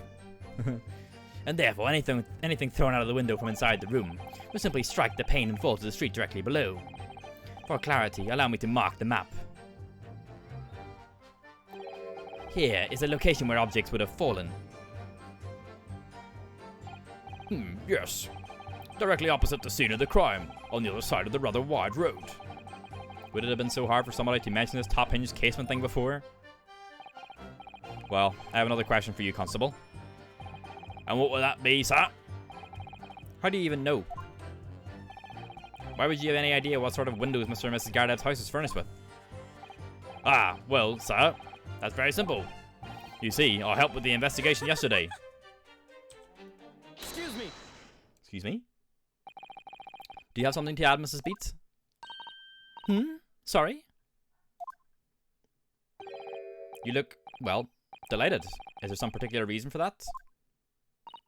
Oh, I was just remembering. That's all. We really were so lucky. Lucky? What do you mean? Well, of course I feel terrible for the poor woman who was attacked. Don't misunderstand me, please. But we were just so lucky it didn't happen on Rolly's beat. It was so close, you see. Oh, I hadn't realised. Oh yes, that street, Briar Road. That's the boundary between Rolly's beat and the next one. Isn't that right, my love? Rolly check. Constable Beat. Huh? Oh, yes, that's right. That's the reason I was helping out with the interviewing the occupants of the Gardev household yesterday. Their house is on my beat, you see, sir. That really was cutting it close then. You think she did it? Okay. Constable, I wonder if you could clarify something. If the Gardev household is on your beat, does that mean that the pavement next to it is as well? Outside Mr. Gardev's house? Yes, ma'am. The pavement on that side of the road is part of my beat. I see, I was unaware of that. Just think, if the woman had been attacked just on the other side of Briar Road, we would have never have been able to go for that meal to celebrate our wedding anniversary.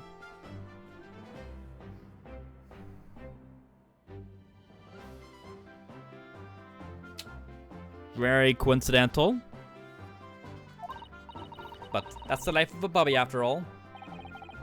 Extraordinary people are bobbies, tirelessly working for the benefit of all us Londoners. You know what I think? I think it was the good Lord's way of rewarding my Rolly for all his hard work.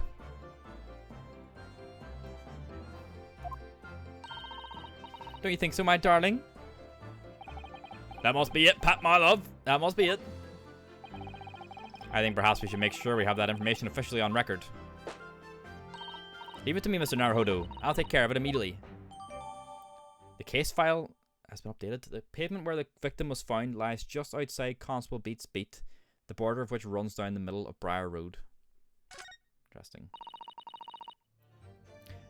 And now it's my turn, I think.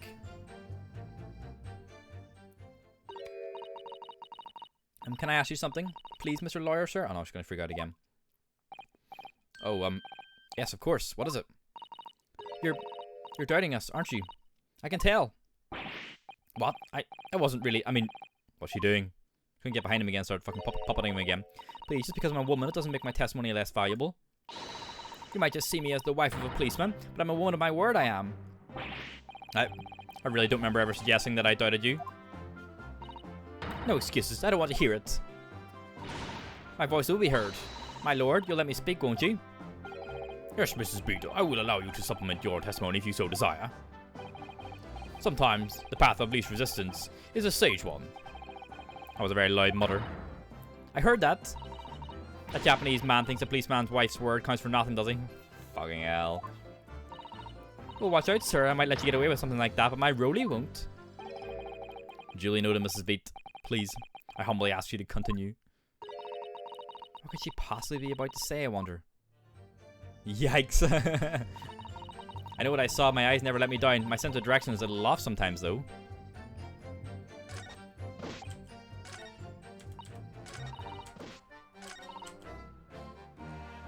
Hold it! Right, let's press that. Yeah, we said that earlier, Emmy. Yeah, she's an army wife. Oh yeah, you weren't here for that. Yeah, yeah, she's an army wife. Mrs. B, nobody is questioning what you told us. I saw what I did that evening. I saw it clearly. That little Easter man with the whiskers and the funny curved back, slinking away from the scene. Ah. I know what I didn't see as well. I didn't see any flaming books or knives flying through the sky. All very clear. You also mentioned something about having a poor sense of direction. Oh, yes, well, it's a little embarrassing, really. I'm always ending up at the wrong place when I've made arrangements to meet Rolly. He gets ever so cross. Excuse me. Rolly? Something you want to say, sir? Consul Beat, is there a problem?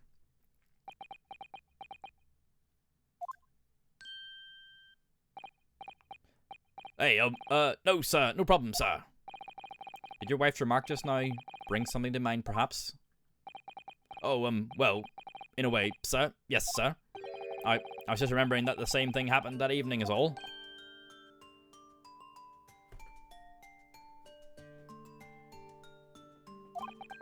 You mean Mrs. Beat lost her way on the night of the incident?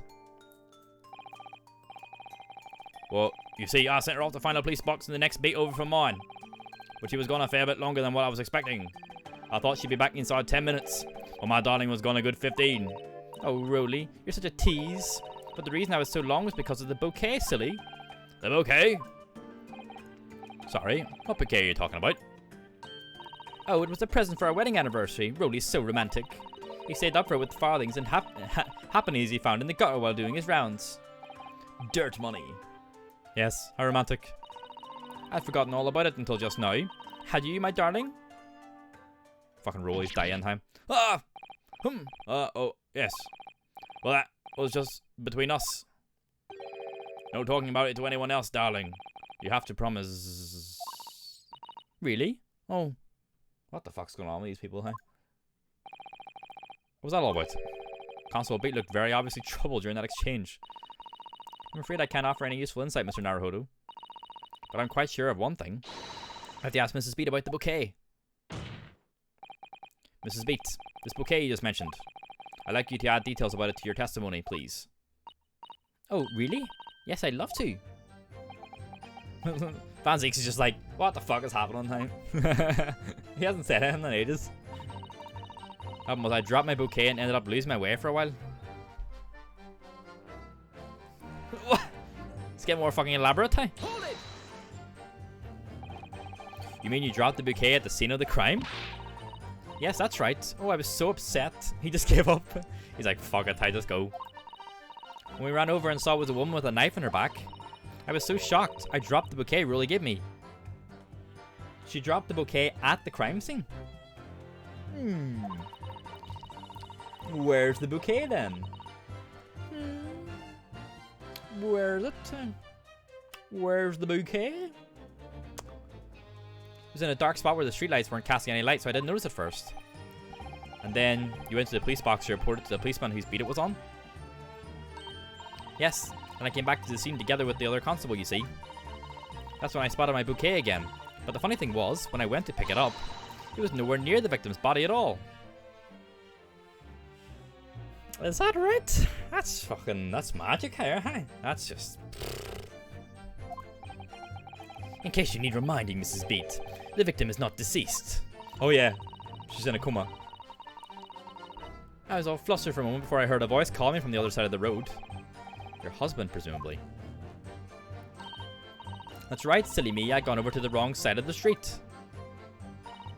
Although, I'm going to blame the bouquet this time. I can't think how it got there, I really can't.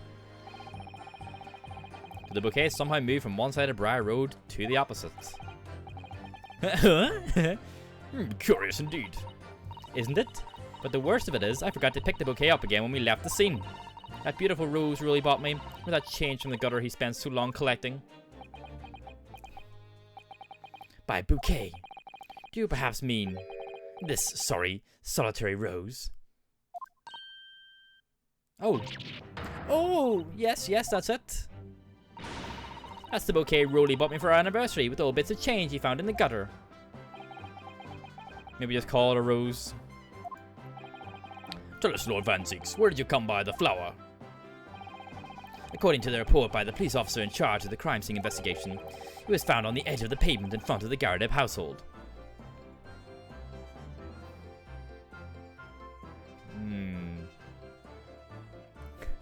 Was this woman walking along under the fucking window? The book goes like, fires, hits the window, falls, and she's like, she grabs it and it's like, what the fuck's that there? And then a fucking knife just hits her in the back. Gone down, hey? In front of the Gardeb's house. Although it wasn't noticed until the morning as it lay where the street lamps cast no light. It was believed to be of no relevance to the case since it was found on the opposite side of the thoroughfare. So she drops the rose, they run up. Where is the guy in all this? Maybe he's not. He's probably not even there, obviously. So she picks up the book. The fucking knife hits her in the back. She collapses. She drops her flowers. She runs to get them. Can't tell where she is because it's dark, I suppose. Rolly tells her to fuck off to the next place. She goes. And yeah, she comes back and she's like, she goes and finds her flowers, whatever. And she's like, oh, they're on the wrong side of the road. Why am I over here? So, presumably what happened is, yeah, Rolly fucking like, Rolly rolled the body, hey? Rolled her over, because she's round, hey? He fucking just went, like fucking Katamari Damacy, hey? Just pushed her across the road.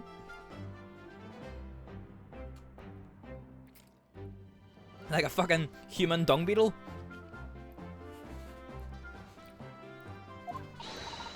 Oh, thank you, sir. Thank you. Can I have it back now, please? No, I think for good measure, this rose should be added to the court record as evidence. Oh. Anniversary bouquet. A present for Patricia Bates from her husband, Rolly. The shock of seeing the stabbed victim caused Mrs. Beat to drop the rose where she stood. Okay. But it's a symbol of our love. I want it back after the trial. Do you hear me? I want it back. Good grief. Rest assured that I shall do the very best not to forget, Mrs. Beat. Let's get a scope.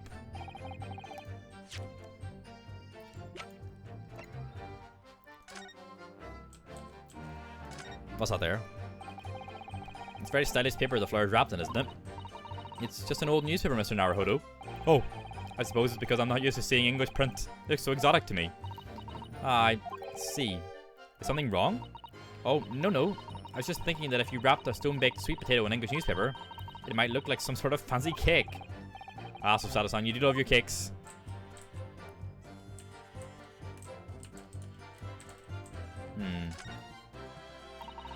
An English rose.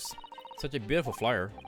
Ah, this is a rose, is it? I've never seen one before. Do you not take an interest in flowers, Mr. Naruhodo? I wouldn't say that exactly, but I do know 3 types at least. Gosh, 3? Yes, plum blossom, peach blossom. Peach blossom? And cherry blossom. Perhaps you should consider branching out, learning something that are fruit tree based, for example.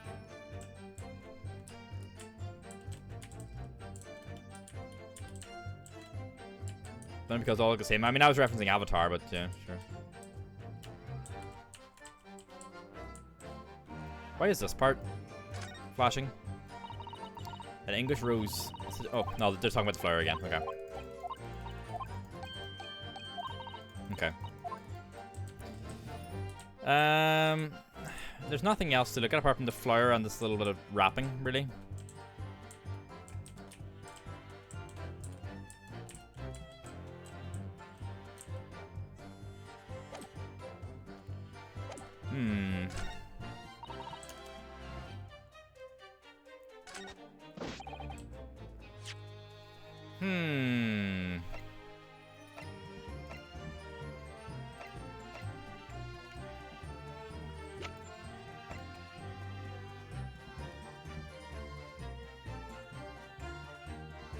So the bouquet was a singular flower then, right? Yeah, there was no like extra flowers. She was just like over exaggerating. There's nothing on it, right? There's no other. Is there any other details that I'm missing?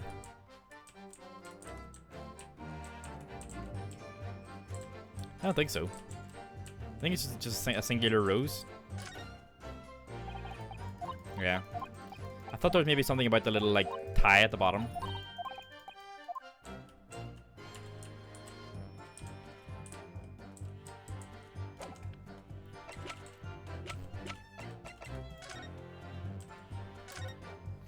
Was there anything else? There was nothing on the knife, right? The knife was like really bland. Yeah.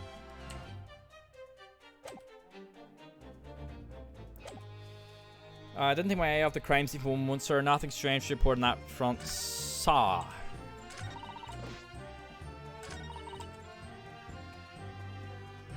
We already pressed this, didn't we? And we got the bouquet.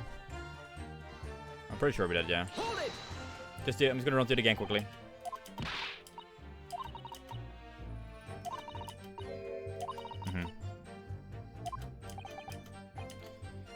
Yes, okay. And then came back to the scene together with the other constable you see. That's when I spotted my bouquet again. But the funny thing was, when I went to pick it up, it was nowhere near the victim's body at all. Right. In case you're reminding me of speed, the victim was not deceased. Thought lost for a moment before I heard a voice calling me from the other side of the road. Yeah. I'd gone over to the wrong side of the street. Although I'm going to blame the bouquet this time. I can't think how it got there. I really can't.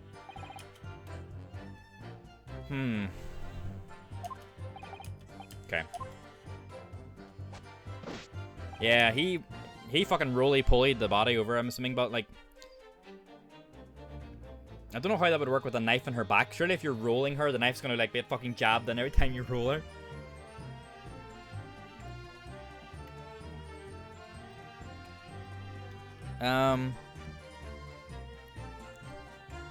What did he say to this one again?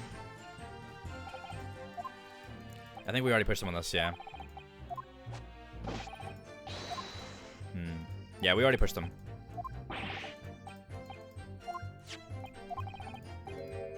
Yeah, okay.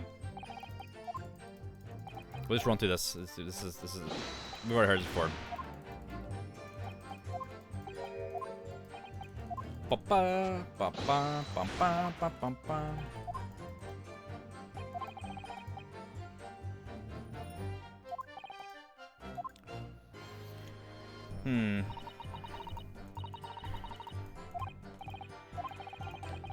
The idea of an invisible attacker has been troubling me all along, but I believe I'm starting to get a picture of what really happened here now. The fourth book that had no business being at the scene of the crime made me sure that Mrs. Garda was hiding something from us, but it's becoming increasingly clear that someone else has been hiding something from us as well. I think I may already be armed with everything I need to strike a decisive blow here. This time, it's going to expose the whole truth about this mysterious affair. It's thinking about how you present it, though. This case has nothing to do with Mr. and Mrs. Garda. Believe me, London Bobby is good for his word. It's thinking about how you present everything.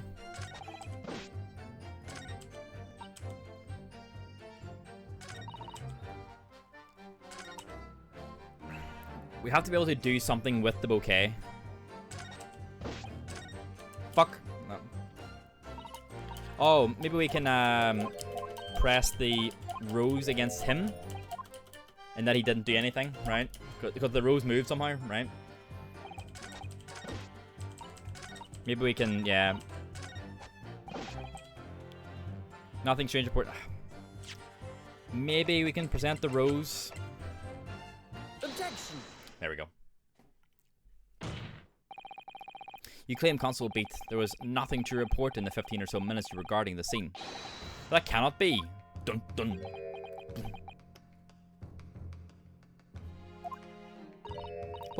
What do you mean to say? In your testimony just now, Mrs. Beat, you explained to the court that when you arrived back at the scene of the crime with the policeman assigned to that beat, the bouquet you had dropped at that victim's side was no longer anywhere nearby. Objection! Yes, on the opposite side of Briar Road to where the victim was attacked. But considering the size of that meager bouquet, if a single sorry bloom can be so described, no doubt it was blown in the wind across the street, back into the gutter where it belongs. Meager? Objection! Oof. But if that were the case, why did Constable Beat not testify to the fact? Metal Gear Solid, exclamation mark. No one else approached the scene and nothing was removed from it. Constable Beat swore to that on Scotland Yard's honour. But the bouquet belonged to me. It has nothing to do with the case. That's why Rowley didn't mention it, I'm sure. No, because sadly, it's not only on your bouquet we're talking about here. More than one thing in this case is mysteriously the wrong way around. So Ace Attorney likes being funny with its names. So I could very believably see that Rowley rolled the body. Although how that wouldn't, like I said, how that wouldn't push the knife in further, I don't know. But I believe that could be possible. Unless he rolled her like this way, like head first, like that, instead of sideways rolling her. Which, you know, fucking hell. What are you talking about? Think about it. Beside Mrs. Beat's bouquet, there's Mr. Gardeb's book. Mr. Gardeb's copy of The Lion's Pride, which was thrown out of the window by his wife, would have struck the pane of the casement window and landed here on the west side of the street. And yet,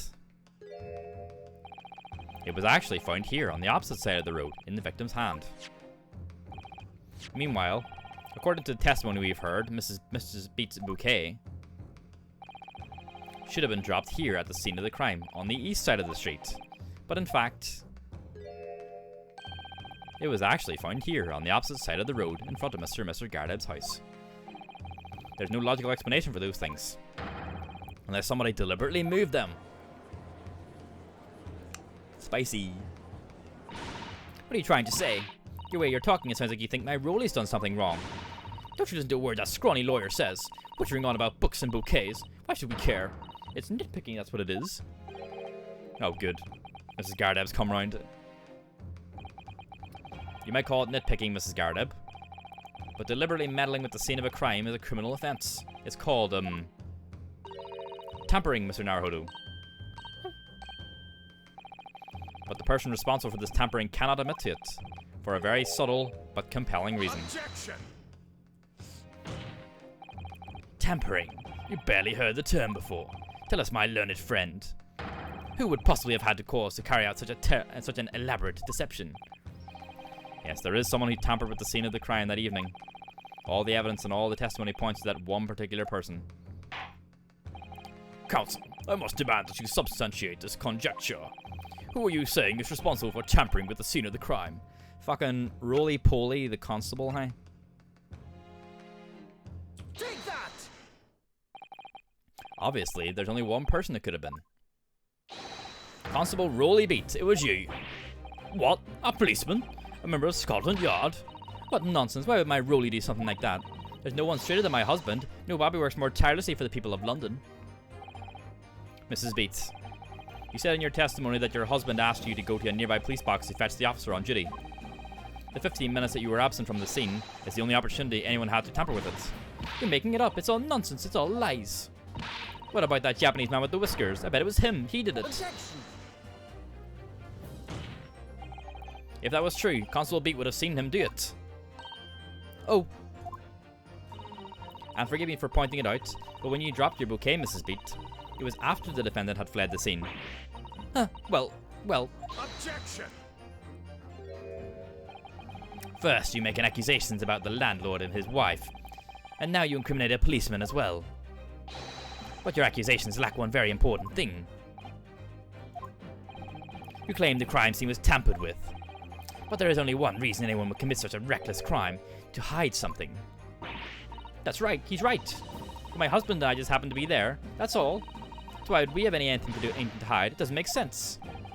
You've offered no motive for this alleged tampering. And until you do, your accusations are nothing but empty threats. Constable Beat had a very good reason for wanting to tamper with the scene of the crime. That's the key to this entire affair. Man wanted that lunch, or that dinner, whatever it was. He didn't want to have to do the work. He wanted to give it to someone else so he could fucking go out for the night. Man wanted that night time. He did not want that disturbed time. Mr. Naruhodo, have you managed to solve this mystery? Counsel, have you made a very serious accusation against a London police officer? He did, aye.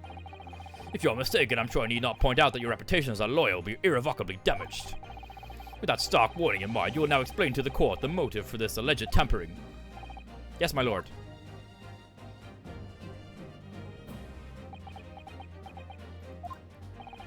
Constable Beat's motive for tampering with the crime scene was to hide where the victim fell.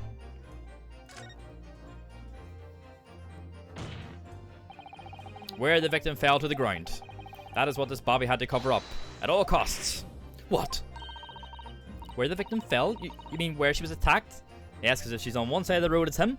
And so on the other side of the road, it's some other unlucky fucker, right? Because the split is like halfway down the road, right? What are you talking about? We told you at the very start, didn't we? On the pavement of Briar Road. We saw it happen, remember? Yes, but Briar Road has 2 pavements. It was right here, as if anyone didn't know. That's certainly what everybody has been led to believe. But in fact, that isn't where the victim was stabbed at all. What? What?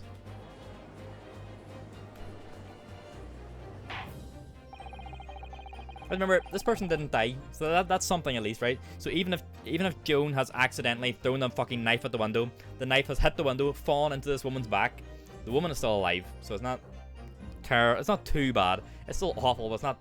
At least she didn't die. I'm beginning to wonder where this tumultuous trial will end, counsel. If that's your assertion, then the court is dying to know, my Nipponese friend. At least no murder, yeah. Where are you proposing that the crime actually took place that evening? Well, like here or somewhere, right? Take that! But that's On the opposite side of the road? I don't understand. Is fucking Rolly Bobby gonna go fucking Ultra Instinct and wake up or something? Hey? On the evening in question, Mr. Gardev's book fell directly down from the open window above, and your bouquet, Mrs. Beat, never moved at all. What did move was the scene of the crime itself. Good gracious. Objection!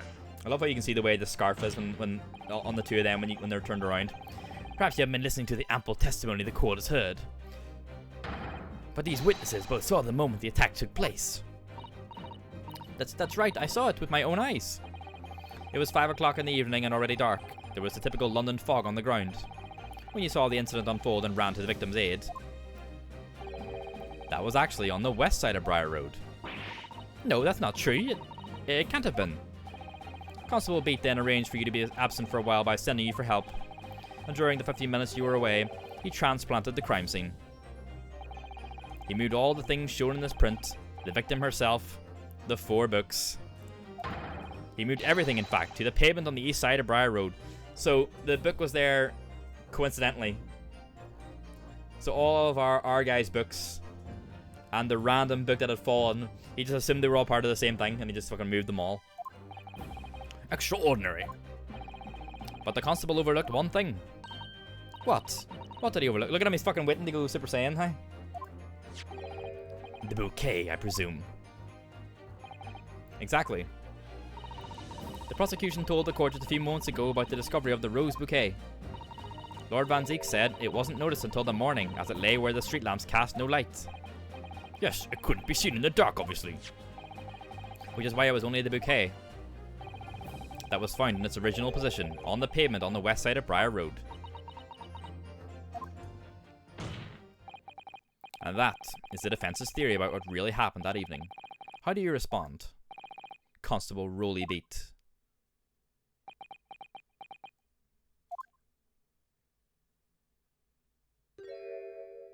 Oh, he's still sleeping. Well, I'm very sorry. I didn't mean to nod off again, but I haven't slept properly in a month. Did I miss anything important? Oh, Rolly. It isn't true, is it? What that lawyer said is all lies, isn't it? I know it is, because you're the most upstanding, righteous man I know. I had a dream. A terrible dream. All the things I did that night. Everything come out. Everything exposed. Oh! Uh-oh. Van Zieks is like, fuck. Only it seems it wasn't a dream at all. Good golly! Bum bum. Order, order, order! What on earth is the meaning of all this? Oh, Rolly, why? Why would you do something like this? Moving a corpse is a criminal offense, isn't it? She's not dead though. She's alive. Wishing the victim dead should be one too. Constable, explain yourself. Why would you do this? As a respected member of Scotland Yard, your duty is to protect the good people of London town.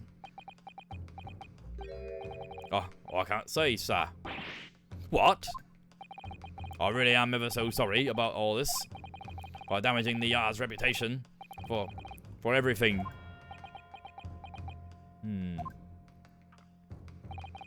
I have a possible explanation for why, on that particular evening, Constable Beat felt compelled to move the scene of the crime. I can think of one reason. What? How could you possibly know? You, a foreigner, presuming to understand the mind of a Scotland Yard policeman. And yet, Lord Van Zieks is this foreigner who has uncovered the startling truth of the matter thus far. I believe it would be beneficial to the court to hear this extraordinary young lawyer's theory. Counsel for the defense, if you please. Yes, my lord. Now then, I think you had better show us some evidence. At once, my lord. England, Japan. It makes no difference where you come from. Human emotions are the same. And I think I have a fairly good idea of the feelings behind this man's actions. What gives away the motive for Constable Beat's unthinkable actions? His anniversary bouquet. Hi. Bang! Take that shit time. I realised that I'm a foreigner in this land, and I have only just arrived from Japan, which is why all this information about London's so-called bobbies is completely new to me. I've learnt that, though honourable, patrolling the beat is the most demanding work in the world, for example. Keeping the peace, looking after the citizens on his beat is all kinds of ways. There's no doubt that the young bobby is charged with a great deal to do each day, certainly. But for Constable Beat, the day in question was special. Special? How? On account of this bouquet, my lord. Oh yes, it was our very first wedding anniversary. Constable Beat had worked so hard to be able to afford this simple gift for his wife, and was so looking forward to taking her out for a celebratory meal. When he and Mrs. Beat stumbled upon a crime along Briar Road.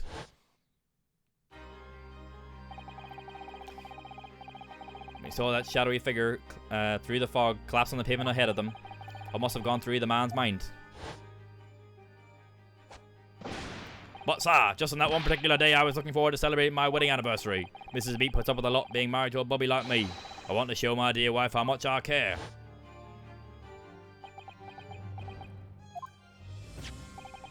This is the warrant card that Constable Beat offered to lend me earlier. Inside, among the rules for patrolling policemen, it says, when a crime is discovered on his beat, a policeman must assist with initial investigations and help detectives. Oh! Constable Beat. Is that, or is that not, the reason why you moved the whole scene of the crime that day?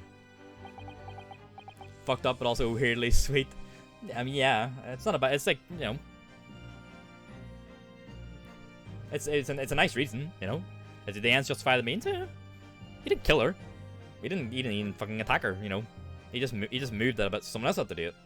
But it does fuck up the investigation, so it's like tampering with evidence, but ultimately I think it's a good reason. A nice reason. Yes. Everything you said, it's alright.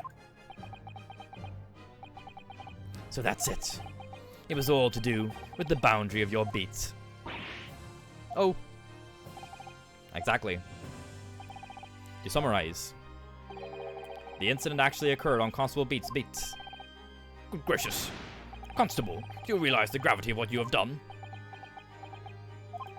It was the first time since I became a copper that I'd ever cursed God.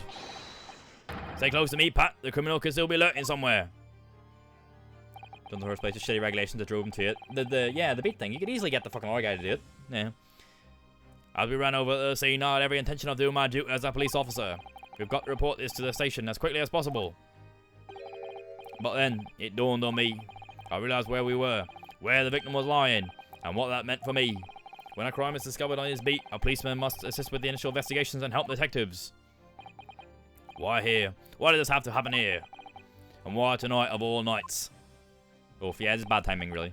Why? If the other guy could have done it, then there'd be no issue. It's a copper's job to guard the scene of the crime, so I told Pat she'd have to go to the nearest police box and fetch whoever was on duty there. It was then, when I opened my mouth to speak, it just came out. I couldn't believe the words that were coming out my own mouth. This is the next beat to mine, Pat, so you'll have to go to the police box that covers it. Turn right along Meersholm Street and then...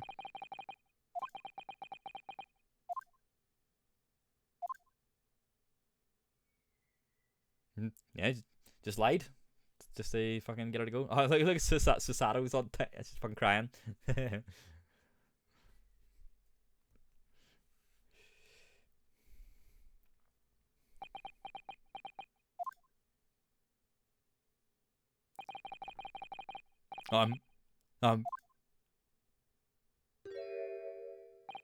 I'm sorry. I'm so sorry. Oh, Constable. I just wanted just that one night to take my Patricia out for dinner. Oh, really? Just that one night. You knew that if the incident was on your beat, your evening of celebration would be ruined.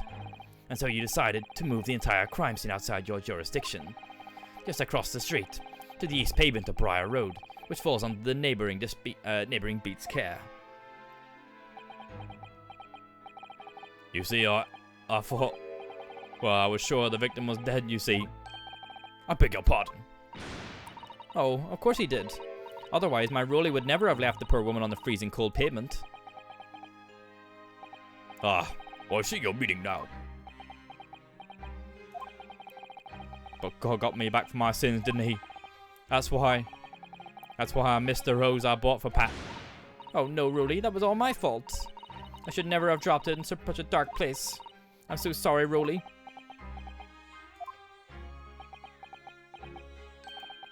And can you tell us, Constable, how many books did you move from the one side of the road to the other in total? 4 it was. Yes, sir. Definitely 4. 3 of them dropped by Mr. Natsume, and the 4th being the one that fell from the window upstairs in the Gardeb household, of course. But what made you place that book in the victim's hand? When all the others were scattered haphazardly around, I mean. Oh, well, sir, that's because that's how I found it. How you found it? What do you mean?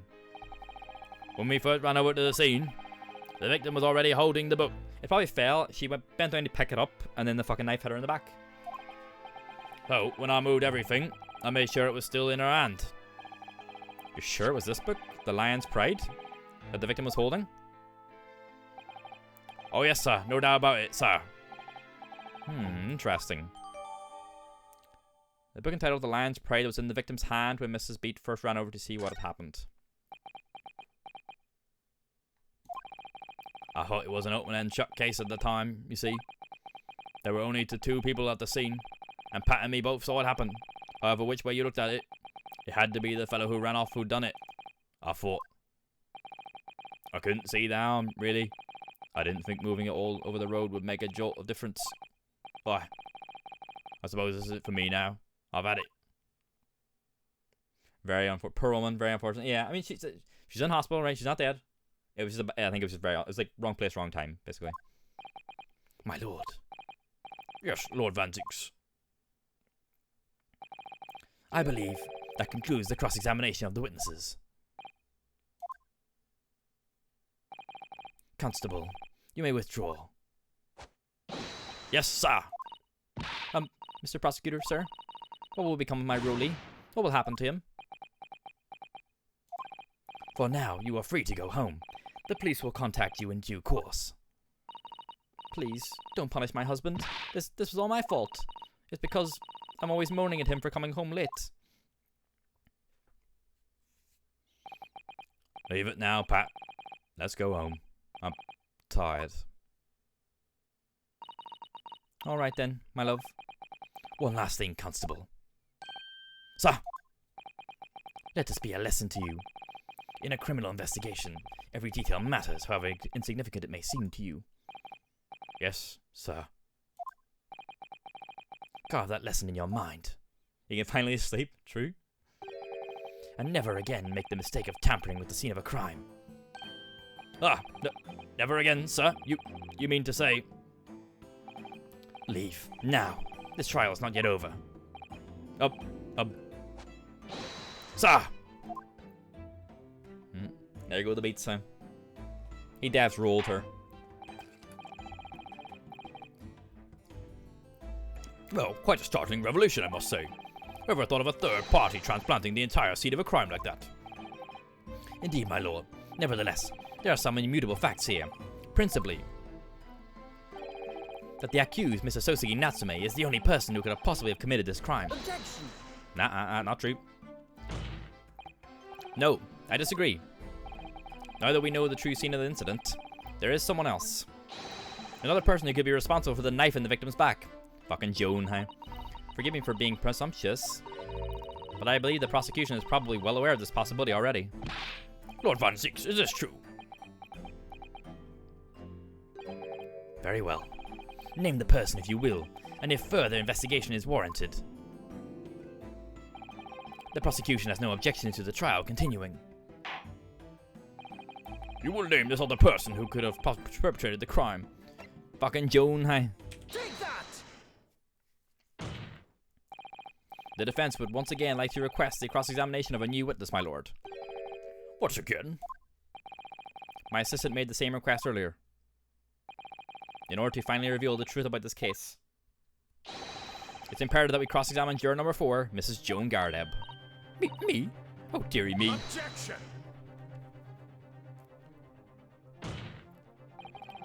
That request has already been denied. Again, huh? But the situation is very different now. Mrs. Gardeb, answer me this. What do you want now, you little toad? At the time of the incident, you were engaged in a violent argument with your husband, Mr. John Gardeb. In the course of the argument, a minor house fire was ignited. And to clear the smoke from the room, your husband opened a window that looks out over Briar Road. Well, what of it? You threw this book at your husband when he was cornered with his back against the window. Upon striking the pane of the open-top casement window, the book plummeted directly down, finding its way to what we now know to be the true scene of the incident. Yes, and as I said, what of it? During the argument, you were beside yourself with rage. As such, you threw not just books, but anything you could lay your hands on. So, let me ask you one more time, Mrs. Gardeb. This knife, the one removed from the victim's back, have you really never laid eyes on it before? Ah.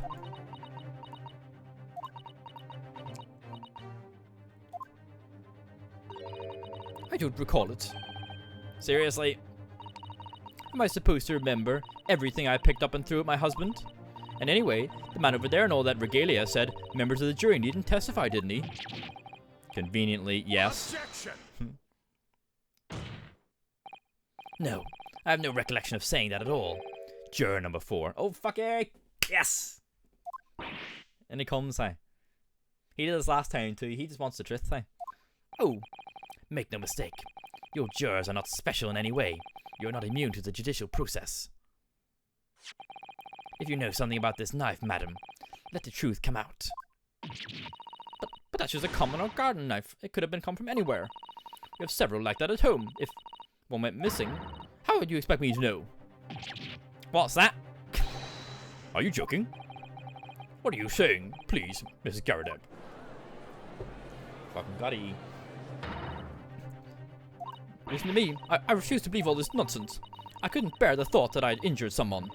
Do you hear? I couldn't bear it. Oh, the poor woman. So, yes, I want evidence. I want to see hard evidence if you're going to insist on this being my fault. You're going to have to prove to me that I threw that knife if that's what you want, if that's what you think. Come along now. Chop chop. Do your worst. Well, Mr. Naruhodo, if I had evidence like that, believe me, I would have thrown it at her already. then take the stand, juror. Oh, The prosecution does not object to the defense's request to cross-examine this woman. fucking yes. Thank you, Lord Van Zieks. I'm going to have to testify? Juror number 4. Oh, wrong voice. As I'm sure you will appreciate, having observed it with your own eyes today, witness testimony can lead to the most extraordinary truths being unearthed. Truths of which the witnesses themselves may not even have been aware. Oh, dearie me. I demand your full and unadulterated testimony, Mrs. Garradeb. Mark my words, in this court of law today, we shall extract the truth. Do you concur, counsels? Certainly, my lord. Oh, that's what I'm hoping for, my lord. He's an arse, but a righteous one? Yeah. Good way of putting it. This is such a strange feeling. For the first time since arriving in this country, it actually feels real.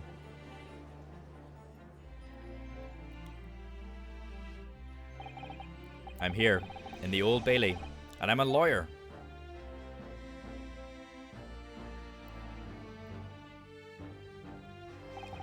Witness, state your name and occupation. Oh, yes. My name is Joan Garradeb. And I'm, well, I'm a juror, and such like. It sounds like even she doesn't know if she's a housewife or a maid or what anymore. The court has decided your testimony is required in order to clarify matters in this case. Do you understand, madam? Yes, my lord. You will tell the court everything that took place in your household on the evening in question. And I warn you, do not attempt to hide the truth. Oh, dearie me. Chin up, Joni. Nothing to worry about now. He's here, isn't he? There he is. Oh, I didn't know you were here, John. Wasn't only you in the room that day, old thing, was it? Rather think I ought to testify as well, don't you? But what about your knee, dear? Don't you worry about that. I hardly notice it. I'm not the sort of chap to leave a comrade to face disciplinary action alone. Oh, John. I presume you're Mr. John Garradeb. Yes, sir. Former second lieutenant of the 3rd Regiment of the 4th Northumberland Fusiliers, sir. Seen my fair share of action and now living the quiet life, as it were. The quiet life. Were you not engaged in an incendiary battle with your spouse on the day in question? Well, yes, quite. I believe this may represent a first in the proud history of the British court. Calling a juror to the witness stand is unprecedented. However, the court will hear your testimony now, juror number 4, and that of your husband. You will recount clearly and concisely the events in your home at the time of the incident in question. Sir, at once. Right. Do we keep going and play out some more? Or do we end it here and come back next time? The Battle of Garradeb, huh?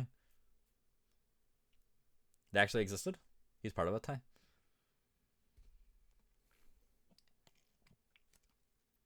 We still have another full adventure after this one.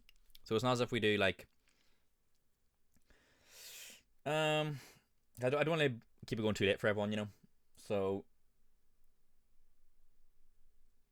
I think we will end it here for today, and we'll come back next time with the rest of this case, and then if we get to go into the next case as well, we will. We still have like another full adventure left in the game, so this will be your fucking teaser, huh? You have to come back next time and see.